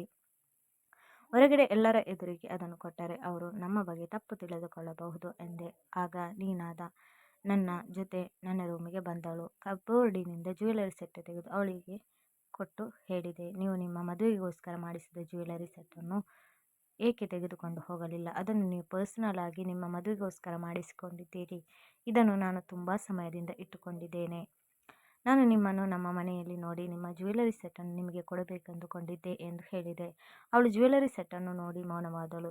ಸ್ವಲ್ಪ ಸಮಯದ ನಂತರ ಹೇಳಿದಳು, ಈ ಜ್ಯುವೆಲರಿ ಸೆಟ್ ನನಗೆ ಬೇಡ, ಏಕೆಂದರೆ ಇದನ್ನು ನಾನು ಈಗ ಹಾಕಿಕೊಳ್ಳುವುದಿಲ್ಲ ಮತ್ತು ಇದರ ಅವಶ್ಯಕತೆಯೂ ನನಗಿಲ್ಲ. ಇದನ್ನು ನನ್ನ ಕಡೆಯಿಂದ ನಿಮ್ಮ ಹೆಂಡತಿಗೆ ಗಿಫ್ಟ್ ರೂಪದಲ್ಲಿ ಕೊಡಿ. ನಾನು ಕೇಳಿದೆ. ಇಲ್ಲ ಎಂದು. ನಿಮ್ಮ ಗಂಡನಾಗುವವರು ನಿಮ್ಮ ಇಷ್ಟದ ಮೇರೆಗೆ ನಿಮಗೋಸ್ಕರ ಮಾಡಿಸಿದ್ದಾರೆ. ಅಷ್ಟೇ ಅಲ್ಲ, ಇದು ನಿಮ್ಮ ಇಷ್ಟದ ಡಿಸೈನ್ ಸೆಟ್. ನಿಮ್ಮ ಗಂಡ ಇದಕ್ಕೆ ನನಗೆ ಹಣವನ್ನು ಕೊಟ್ಟಿದ್ದಾರೆ. ನಾನು ಇದನ್ನು ನನ್ನ ಬಳಿ ಹೇಗೆ ಇಟ್ಟುಕೊಳ್ಳುವುದು? ಅವಳು ಅಳುತ್ತಾ ಹೇಳಿದಳು, ಆ ಹುಡುಗ ನನ್ನ ಗಂಡನಲ್ಲ. ನಾನು ಶಾಕ್ನಿಂದ ಆ ಹುಡುಗಿಯ ಕಡೆ ನೋಡಿ ಹೇಳಿದೆ, ಹಾಗಾದರೆ ನೀವು ಯಾಕೆ ಆ ಹುಡುಗನನ್ನು ನಾನು ಮದುವೆಯಾಗುವ ಹುಡುಗನೆಂದು ಹೇಳಿದ್ದೀರಿ? ಆಗ ಆ ಹುಡುಗಿ ಹೇಳಿದಳು, ನನ್ನ ಮದುವೆ ಆ ಹುಡುಗನ ಜೊತೆ ಆಗುವುದರಲ್ಲಿತ್ತು, ಆದರೆ ನಾನು ಆ ಹುಡುಗನನ್ನು ಇಷ್ಟಪಡಲಿಲ್ಲ. ಹೀಗಾಗಿ ನಾನು ನನ್ನ ತಂದೆ ತಾಯಿಯರಿಗೆ ಹೇಳಿ ಈ ಮದುವೆಯನ್ನು ನಿಲ್ಲಿಸಿದೆ. ನಾನು ಕೇಳಿದೆ, ಇದರ ಅರ್ಥವೇನು? ನಿಮ್ಮ ಮದುವೆಗೆ 2 ದಿನ ಬಾಕಿ ಇತ್ತು. ನೀವು ನಿಮ್ಮ ಮದುವೆ 2 ದಿನ ಮೊದಲು ಏಕೆ ಮದುವೆಯನ್ನು ಬೇಡವೆಂದು ಹೇಳಿದ್ರಿ? ಅವಳು ಹೇಳಿದಳು, ಆ ಹುಡುಗ ನನಗೆ ಇಷ್ಟವಿರಲಿಲ್ಲ. ಈ ಎಲ್ಲ ಮಾತನ್ನು ಕೇಳಿ ನಾನು ಆಶ್ಚರ್ಯಚಕಿತನಾದೆ. ಏಕೆಂದರೆ ಆ ಹುಡುಗನು ಯಾವುದರಲ್ಲಿಯೂ ಕಡಿಮೆ ಇರಲಿಲ್ಲ. ಅವನು ನೋಡಲು ಕೆಟ್ಟವನಾಗಿ ಕಾಣುತ್ತಿರಲಿಲ್ಲ. ಬದಲಾಗಿ ಅವನು ಸ್ಮಾರ್ಟ್ ಆಗಿದ್ದನು. ಹೆಂಡತಿಯಾಗುವವಳ ಇಚ್ಛೆಯಂತೆ ಇಷ್ಟೊಂದು ದುಬಾರಿ ಜ್ಯುವೆಲರಿ ಸೆಟ್ಟನ್ನು ಮಾಡಿಸಿದ್ದರು. ನಾನು ಹೇಳಿದೆ, ಈ ಹುಡುಗನಿಗೆ ಯಾವುದೇ ಕೊರತೆ ಇರಲಿಲ್ಲ, ಆದರೂ ನೀವೇಕೆ ಅವನನ್ನು ರಿಜೆಕ್ಟ್ ಮಾಡಿದ್ದೀರಿ? ಇಲ್ಲ, ಆ ಹುಡುಗ ಯಾವುದೋ ರೀತಿಯಿಂದಲೂ ಕೆಟ್ಟವನಾಗಿರಲಿಲ್ಲ ಮತ್ತು ನನಗೆ ಯಾವುದೇ ತೊಂದರೆಯನ್ನು ಕೊಡುತ್ತಿರಲಿಲ್ಲ. ಆಗ ನಾನು ಹೇಳಿದೆ, ನೀವು ನನ್ನನ್ನು ಕ್ಷಮಿಸಿ. ನಾನು ನಿಮ್ಮನ್ನು ರಿಜೆಕ್ಟ್ ಮಾಡಿ ನಿಮ್ಮ ಮನಸ್ಸಿಗೆ ತುಂಬ ನೋವುಂಟು ಮಾಡಿದ್ದೇನೆ. ಅದು ನಮ್ಮ ಮನೆಯ ಸಮಸ್ಯೆಯಾಗಿತ್ತು. ಆದರೆ ನೀವೇಕೆ ಮದುವೆ ಮಾಡಿಕೊಳ್ಳಲಿಲ್ಲ? ಆಗ ನೀನಾದ ಅಳುತ್ತಾ ಹೇಳಿದಳು, ಅಷ್ಟೇ, ನನಗೆ ಆ ಹುಡುಗನೊಂದಿಗೆ ಮದುವೆಯಾಗಲು ಇಷ್ಟವಿರಲಿಲ್ಲ, ಏಕೆಂದರೆ ನಾನು ಬೇರೆ ಹುಡುಗನೊಂದಿಗೆ ಮದುವೆಯಾಗಲು ಮಾಡಿಕೊಳ್ಳಬೇಕಿತ್ತು. ನಾನು ಹೇಳಿದೆ, ನೀವು ಆ ಹುಡುಗನ ಬಗ್ಗೆ ನಿಮ್ಮ ತಂದೆ ತಾಯಿಗೆ ಹೇಳಬೇಕಿತ್ತು. ಆಗ ನೀನಾದ ಹೇಳಿದಳು, ನಾನು ಯಾರೊಂದಿಗೆ ಮದುವೆ ಮಾಡಿಕೊಳ್ಳುವುದಿಲ್ಲ. ನಾನು ಜೀವನ ಪೂರ್ತಿ ಹೀಗೆ ಇರುತ್ತೇನೆ. ಆಗ ನಾನು ಹೇಳಿದೆ, ಹೀಗೆ ಒಬ್ಬಂಟಿಯಾಗಿ ಜೀವನ ಕಳೆಯಲು ಸಾಧ್ಯವಿಲ್ಲ. ನಾನು ಕೇಳಲ್ಪಟ್ಟಿದ್ದೆ. ನಮ್ಮಿಬ್ಬರ ಮದುವೆ ಚಿಕ್ಕಂದಿನಲ್ಲೇ ನಿಶ್ಚಯ ಹೀಗಾಗಿ ನೀವು ಹಳೆಯ ವಿಷಯವನ್ನು ಮರೆತು ಬಿಡಿ. ಹೊಸ ಜೀವನವನ್ನು ಪ್ರಾರಂಭಿಸಿ. ನನ್ನ ಈ ಮಾತನ್ನು ಕೇಳಿ ಅವಳು ಬಿಕ್ಕಿ ಬಿಕ್ಕಿ ಅಳುತ್ತಿದ್ದಳು. ಅವಳು ಅಳುವುದನ್ನು ನೋಡಿ ನನ್ನ ಮನಸ್ಸಿಗೆ ದುಃಖವಾಯಿತು ಮತ್ತು ಏನೋ ಒಂದು ರೀತಿಯ ಕಸಿವಿಸಿ ಆಗುತ್ತಿತ್ತು. ನಾನು ಅವಳಿಗೆ ಸಮಾಧಾನ ಹೇಳಿ ಅವಳ ಕಣ್ಣೀರನ್ನು ಒರೆಸಿದೆ ಮತ್ತು ಹೇಳಿದೆ, ನೀವೇಕೆ ಅಳುತ್ತಿದ್ದೀರಿ? ನೀವು ಮದುವೆಯಾಗದೇ ಇರಲು ಕಾರಣವೇನು? ಆಗ ನೀನಾದ ಹೇಳಿದಳು, ನಾನು ಯಾವ ಹುಡುಗನ ಪ್ರೀತಿಸುತ್ತಿದ್ದೇನೋ ಅದು ನೀವೇ. ನಾನು ನಿಮ್ಮನ್ನು ತುಂಬ ಪ್ರೀತಿಸುತ್ತೇನೆ. ನಮ್ಮ ಮದುವೆ ಬಾಲ್ಯದಲ್ಲಿಯೇ ಫಿಕ್ಸ್ ಆಗಿತ್ತು. ಹೀಗಾಗಿ ನಾನು ನಿಮ್ಮ ಬಗ್ಗೆ ಕನಸು ಕಾಣುತ್ತಿದ್ದೆ. ಆದರೆ ಅಕ್ಕ ನಿಮ್ಮ ಬಡತನದ ಕಾರಣದಿಂದಾಗಿ ಬೇಸರಿಸುತ್ತಿದ್ದಳು. ಅಕ್ಕನ ಕಾರಣದಿಂದಾಗಿ ನಮ್ಮ ಮನೆಯವರು ನನ್ನ ಮದುವೆಯನ್ನು ನಿಮ್ಮ ಜೊತೆ ಮಾಡಬಾರದೆಂದು ನಿರ್ಧರಿಸಿದ್ದರು. ಏಕೆಂದರೆ ತಮ್ಮ ದೊಡ್ಡ ಮಗಳು ಯಾವ ಮನೆಯಲ್ಲಿ ಕಷ್ಟಪಡುತ್ತಿದ್ದಾಳೋ ಆ ಮನೆಗೆ ತಮ್ಮ ಚಿಕ್ಕ ಮಗಳನ್ನು ಕೊಡಲು ಅವರು ಇಷ್ಟಪಡಲಿಲ್ಲ. ನಾನು ಪ್ರತಿ ಸಲ ನಮ್ಮ ಮನೆಯವರನ್ನು ರಾಜಿ ಮಾಡಲು ಪ್ರಯತ್ನಿಸಿದೆ. ಯಾವುದೇ ಸಂಬಂಧ ಬಂದರೂ ನಾನು ತಿರಸ್ಕರಿಸುತ್ತಿದ್ದೆ. ಹಗಲು ರಾತ್ರಿ ನಿಮ್ಮ ಬಡತನ ಕೊನೆಗಾಣಲಿ ಎಂದು ಆ ದೇವರಲ್ಲಿ ಪ್ರಾರ್ಥಿಸುತ್ತಿದ್ದೆ. ನಿಮ್ಮ ಮನೆಯ ಪರಿಸ್ಥಿತಿ ಸುಧಾರಿಸಿದ ಮೇಲೆ ನಿಮ್ಮ ಅಕ್ಕ ಮತ್ತು ನನ್ನ ಅಕ್ಕ ನಮ್ಮ ಮನೆಗೆ ಬಂದು ಮದುವೆ ಮಾತುಕತೆ ನಡೆಸಿದ್ದರು. ಆದರೆ ನನ್ನ ಅದೃಷ್ಟದಲ್ಲಿ ಅದು ಇರಲಿಲ್ಲ. ನಿಮ್ಮ ಅಮ್ಮ ನಮ್ಮ ಮದುವೆಯ ಬಗ್ಗೆ ನಿಮ್ಮ ಜೊತೆ ಮಾತನಾಡಿದಾಗ ನನ್ನನ್ನು ಮದುವೆಯಾಗಲು ನೀವು ತಿರಸ್ಕರಿಸಿದಿರಿ. ನನಗೆ ಉಳಿದ ಒಂದು ಆಸೆಯು ಕಮರಿಹೋಯಿತು. ನಮ್ಮ ಅಪ್ಪ ಅಮ್ಮ ಮದುವೆಗೆ ಒಪ್ಪಿಕೊಂಡಿದ್ದರು. ಆದರೆ ನೀವು ನನ್ನನ್ನು ಮದುವೆಯಾಗಲು ಒಪ್ಪಿಕೊಳ್ಳಲಿಲ್ಲ. ಆಗ ನಾನು ಅಪ್ಪ ಅಮ್ಮನಿಗೆ, ನೀವು ಯಾವ ಹುಡುಗನನ್ನು ನೋಡುತ್ತೀರೋ ನಾನು ಆ ಹುಡುಗನನ್ನು ಮದುವೆಯಾಗುತ್ತೇನೆ ಎಂದು ಹೇಳಿದೆ. ನನ್ನ ಮದುವೆಯನ್ನು ಅಪ್ಪ ಅಣ್ಣನ ಗೆಳೆಯನ ಜೊತೆ ಫಿಕ್ಸ್ ಮಾಡಿದ್ದರು. ಅವರು ತುಂಬ ಸ್ಮಾರ್ಟ್ ಆಗಿದ್ದರು ಮತ್ತು ತುಂಬ ಶ್ರೀಮಂತರಾಗಿದ್ದರು. ಆ ಹುಡುಗನಲ್ಲಿ ಯಾವ ಕೊರತೆಯೂ ಇರಲಿಲ್ಲ. ಅಪ್ಪ ನನ್ನ ವಿಷಯದಲ್ಲಿ ಯಾವುದೇ ತಪ್ಪು ನಿರ್ಧಾರವನ್ನು ತೆಗೆದುಕೊಳ್ಳಲಿಲ್ಲ. ಆ ಹುಡುಗ ನನಗೆ ಪರ್ಫೆಕ್ಟ್ ಜೋಡಿ ಆಗಿದ್ದ. ನಂತರ ಆ ಹುಡುಗ ನಿಮ್ಮ ಅಂಗಡಿಗೆ ನನ್ನನ್ನು ಜ್ಯುವೆಲರಿ ಸೆಟ್ ತೆಗೆದುಕೊಳ್ಳಲು ಕರೆದುಕೊಂಡು ಹೋದನು. ನನಗೆ ನಿಮ್ಮನ್ನು ನೋಡಿ ಹಳೆಯದೆಲ್ಲ ನೆನಪಾಯಿತು. ನಾವಿಬ್ಬರು ನಮ್ಮ ಬಾಲ್ಯವನ್ನು ಅಪರಿಚಿತರಂತೆ ಕಳೆದೆವು. ಏಕೆಂದರೆ ನಮ್ಮಿಬ್ಬರ ಮನೆಯ ಸಂಬಂಧವು ಸರಿಯಿರಲಿಲ್ಲ. ನನ್ನ ಹೃದಯದಲ್ಲಿ ಚಿಕ್ಕಂದಿನಿಂದಲೂ ನಿಮ್ಮ ಬಗ್ಗೆ ಪ್ರೀತಿ ಇದ್ದೇ ಇತ್ತು. ಹಾಗಾಗಿ ನಾನು ಆ ಮದುವೆಯನ್ನು ತಿರಸ್ಕರಿಸಿದೆ ಮತ್ತು ಮನೆಯವರಿಗೆ ಹೇಳಿದೆ ಆ ಹುಡುಗ ನನಗೆ ಇಷ್ಟವಿಲ್ಲವೆಂದು. ನಿಮ್ಮ ಮದುವೆಯಾಗದೆ ನಾನು ಮದುವೆಯಾಗಬಾರದೆಂದು ನಿರ್ಧರಿಸಿದೆ. ಏಕೆಂದರೆ ನೀವು ಮದುವೆಯಾಗುವವರೆಗೂ ನನಗೆ ಒಂದು ಅವಕಾಶವಿತ್ತು. ಅವಳ ಮಾತು ಕೇಳಿ ನಾನು ದಂಗಾಗಿ ಹೋದೆ. ಏಕೆಂದರೆ ಅವಳು ನನ್ನನ್ನು ಎಷ್ಟೊಂದು ಪ್ರೀತಿಸುತ್ತಾಳೆ. ನನಗಿಂತ ಒಳ್ಳೆಯವನಾಗಿರುವ ಮತ್ತು ಶ್ರೀಮಂತನಾಗಿರುವ ಹುಡುಗನನ್ನು ತಿರಸ್ಕರಿಸಿ ಮದುವೆಯನ್ನು ನಿರಾಕರಿಸಿದ್ದಾಳೆ. ನಾನು ಅತ್ತಿಗೆ ಮೇಲೆ ಇರುವ ಕೋಪವನ್ನು ಈ ಪಾಪದ ಹುಡುಗಿಯ ಮೇಲೆ ತೀರಿಸಿಕೊಂಡೆ. ಅವಳು ಈಗಲೂ ನಮ್ಮ ಬಾಲ್ಯದ ಪ್ರೀತಿಯನ್ನು ಮನಸ್ಸೊಳಗೆ ಇಟ್ಟುಕೊಳ್ಳುತ್ತಾಳೆಂದು ನಾನು ಒಂದು ಬಾರಿಯೂ ಯೋಚಿಸಲಿಲ್ಲ. ನಾನು ಅವಳ ಕೈಯನ್ನು ಹಿಡಿದು ಹೇಳಿದೆ, ಈಗಲೂ ನನ್ನ ಮದುವೆಯಾಗಲಿಲ್ಲ. ನಾನು ನಿನ್ನ ನಂಬಿಕೆಯನ್ನು ಪೂರ್ತಿಗೊಳಿಸುತ್ತೇನೆ. ನಾನು ನಿಮ್ಮನ್ನು ಮದುವೆಯಾಗಲು ಬಯಸುತ್ತೇನೆ. ನೀವು ನನ್ನನ್ನು ಒಪ್ಪಿಕೊಳ್ಳುತ್ತೀರಾ? ಅವಳು ಆಶ್ಚರ್ಯದಿಂದ ನನ್ನ ಕಡೆ ನೋಡಿ ಹೇಳಿದಳು, ನಾನು ನಿಮ್ಮನ್ನು ಬಾಲ್ಯದಿಂದಲೂ ಪ್ರೀತಿಸುತ್ತಿದ್ದೇನೆ. ಈಗ ನಾನು ನಿಮ್ಮನ್ನು ಮದುವೆಯಾಗಲು ಹೇಗೆ ತಿರಸ್ಕರಿಸಲಿ? ಆದರೆ ನೀವು ಮದುವೆ ಮಾಡಿಕೊಳ್ಳುವ ಹುಡುಗಿಯ ಪರಿಸ್ಥಿತಿ ಏನಾಗಬಹುದು? ಅವಳು ನಿಮಗೋಸ್ಕರ ಕಾಯುತ್ತಿರುತ್ತಾಳೆ. ಆಗ ನಾನು ಹೇಳಿದೆ, ನೀವು ಅದರ ಬಗ್ಗೆ ತಲೆ ಕೆಡಿಸಿಕೊಳ್ಳಬೇಡಿ. ಎಲ್ಲವನ್ನು ನನಗೆ ಬಿಟ್ಟುಬಿಡಿ. ನಾನು ನಿಮ್ಮನ್ನು ಮದುವೆ ಮಾಡಿಕೊಳ್ಳುತ್ತಿದ್ದೇನೆ. ನಾವು ದೊಡ್ಡವರು ನಿಶ್ಚಯ ಮಾಡಿ ಮದುವೆಯನ್ನು ನಿರಾಕರಿಸುವುದು ಬೇಡ ಎಂದು ಹೇಳುತ್ತಾ ನಾನು ಅಮ್ಮನಿಗೆ ಹೋಗಿ ಹೇಳಿದೆ, ನಾನು ನೀನಾದಳನ್ನೇ ಮದುವೆ ಮಾಡಿಕೊಳ್ಳುತ್ತೇನೆ. ಆ ಹುಡುಗಿಯ ಮನೆಯವರಿಗೆ ನಾನು ಅವಳನ್ನು ಮದುವೆ ಮಾಡಿಕೊಳ್ಳುವುದಿಲ್ಲವೆಂದು ಹೇಳು. ನನ್ನ ಈ ನಿರ್ಧಾರವನ್ನು ಕೇಳಿ ಅಮ್ಮ ತುಂಬ ಖುಷಿಪಟ್ಟಳು. ನಮ್ಮ ಮನೆಯ ಪರಿಸ್ಥಿತಿ ಸುಧಾರಿಸಿದ ಮೇಲೆ ಅತ್ತಿಗೆ ತಮ್ಮ ತಂಗಿಯ ಜೊತೆ ನನ್ನ ಮದುವೆ ಮಾಡಬೇಕೆಂದು ಬಯಸಿದ್ದಳು. ಅತ್ತಿಗೆ ಮತ್ತು ಅಮ್ಮ ಸೇರಿ ಹುಡುಗಿಯ ಮನೆಯವರಿಗೆ ಹಿಂದೆ ನಡೆದ ಎಲ್ಲ ವಿಷಯವನ್ನು ತಿಳಿಸಿ ನಮ್ಮಿಂದ ತಪ್ಪಾಯಿತು ಎಂದು ಹೇಳಿಕೊಂಡರು. ಹುಡುಗಿಯ ಮನೆಯವರು ತುಂಬ ಶ್ರೀಮಂತರಾಗಿದ್ದರು ಮತ್ತು ಅಷ್ಟೇ ತಿಳುವಳಿಕೆ ಉಳ್ಳವರಾಗಿದ್ದರು. ಆದ್ದರಿಂದ ಅವರು ನಮ್ಮ ಪರಿಸ್ಥಿತಿಯನ್ನು ಅರ್ಥ ಮಾಡಿಕೊಂಡರು. ಆ ಹುಡುಗಿಯೊಂದಿಗಿನ ನಮ್ಮ ಮದುವೆ ಸಂಬಂಧ ಕೊನೆಯಾಯಿತು. ಮದುವೆ ಫಿಕ್ಸ್ ಆದ ದಿನದಿಂದಲೇ ಅದೇ ಮಂಟಪದಲ್ಲಿ ನೀನಾದಳ ಜೊತೆ ನನ್ನ ಮದುವೆಯಾಯಿತು. ನಾನೀಗ ನನ್ನ ಹೆಂಡತಿ ಜೊತೆ ಖುಷಿಯಾಗಿದ್ದೇನೆ. ನನಗೆ ಎಂತಹ ಹುಡುಗಿ ಸಿಕ್ಕಿದ್ದಳೆಂದರೆ ಅವಳು ನನ್ನ ಶ್ರೀಮಂತಿಕೆಯನ್ನು ಪ್ರೀತಿಸುತ್ತಿರಲಿಲ್ಲ, ಬದಲಾಗಿ ನನ್ನನ್ನು ಬಾಲ್ಯದಿಂದಲೂ ಪ್ರೀತಿಸುತ್ತಿದ್ದಳು. ನನ್ನ ಹೆಂಡತಿಗೆ ನನ್ನ ಶ್ರೀಮಂತಿಕೆಯ ಮೇಲೆ ಯಾವ ಆಸೆ ಇರಲಿಲ್ಲ. ನೀನಾದ ಶ್ರೀಮಂತಿಕೆಯನ್ನು ಪ್ರೀತಿಸುವವರಾದರೆ ನನಗಿಂತ ಶ್ರೀಮಂತ ಹುಡುಗನನ್ನೇ ನಿರಾಕರಿಸುತ್ತಿರಲಿಲ್ಲ. ಈಗ ನನ್ನ ಫ್ಯಾಮಿಲಿ ತುಂಬ ಖುಷಿಯಾಗಿದೆ. ಈಗ ಅಣ್ಣ ಅತ್ತಿಗೆಯವರು ಸಹ ನಮ್ಮ ಜೊತೆ ಬಂದು ಉಳಿದುಕೊಳ್ಳುತ್ತಿದ್ದಾರೆ. ಈಗ ನಾವೆಲ್ಲರೂ ಒಟ್ಟಾಗಿದ್ದೇವೆ. ನನ್ನ ವ್ಯಾಪಾರವು ಸಹ ತುಂಬ ಚೆನ್ನಾಗಿ ನಡೆಯುತ್ತಿದೆ. ಶುಭವಾಗಲಿ.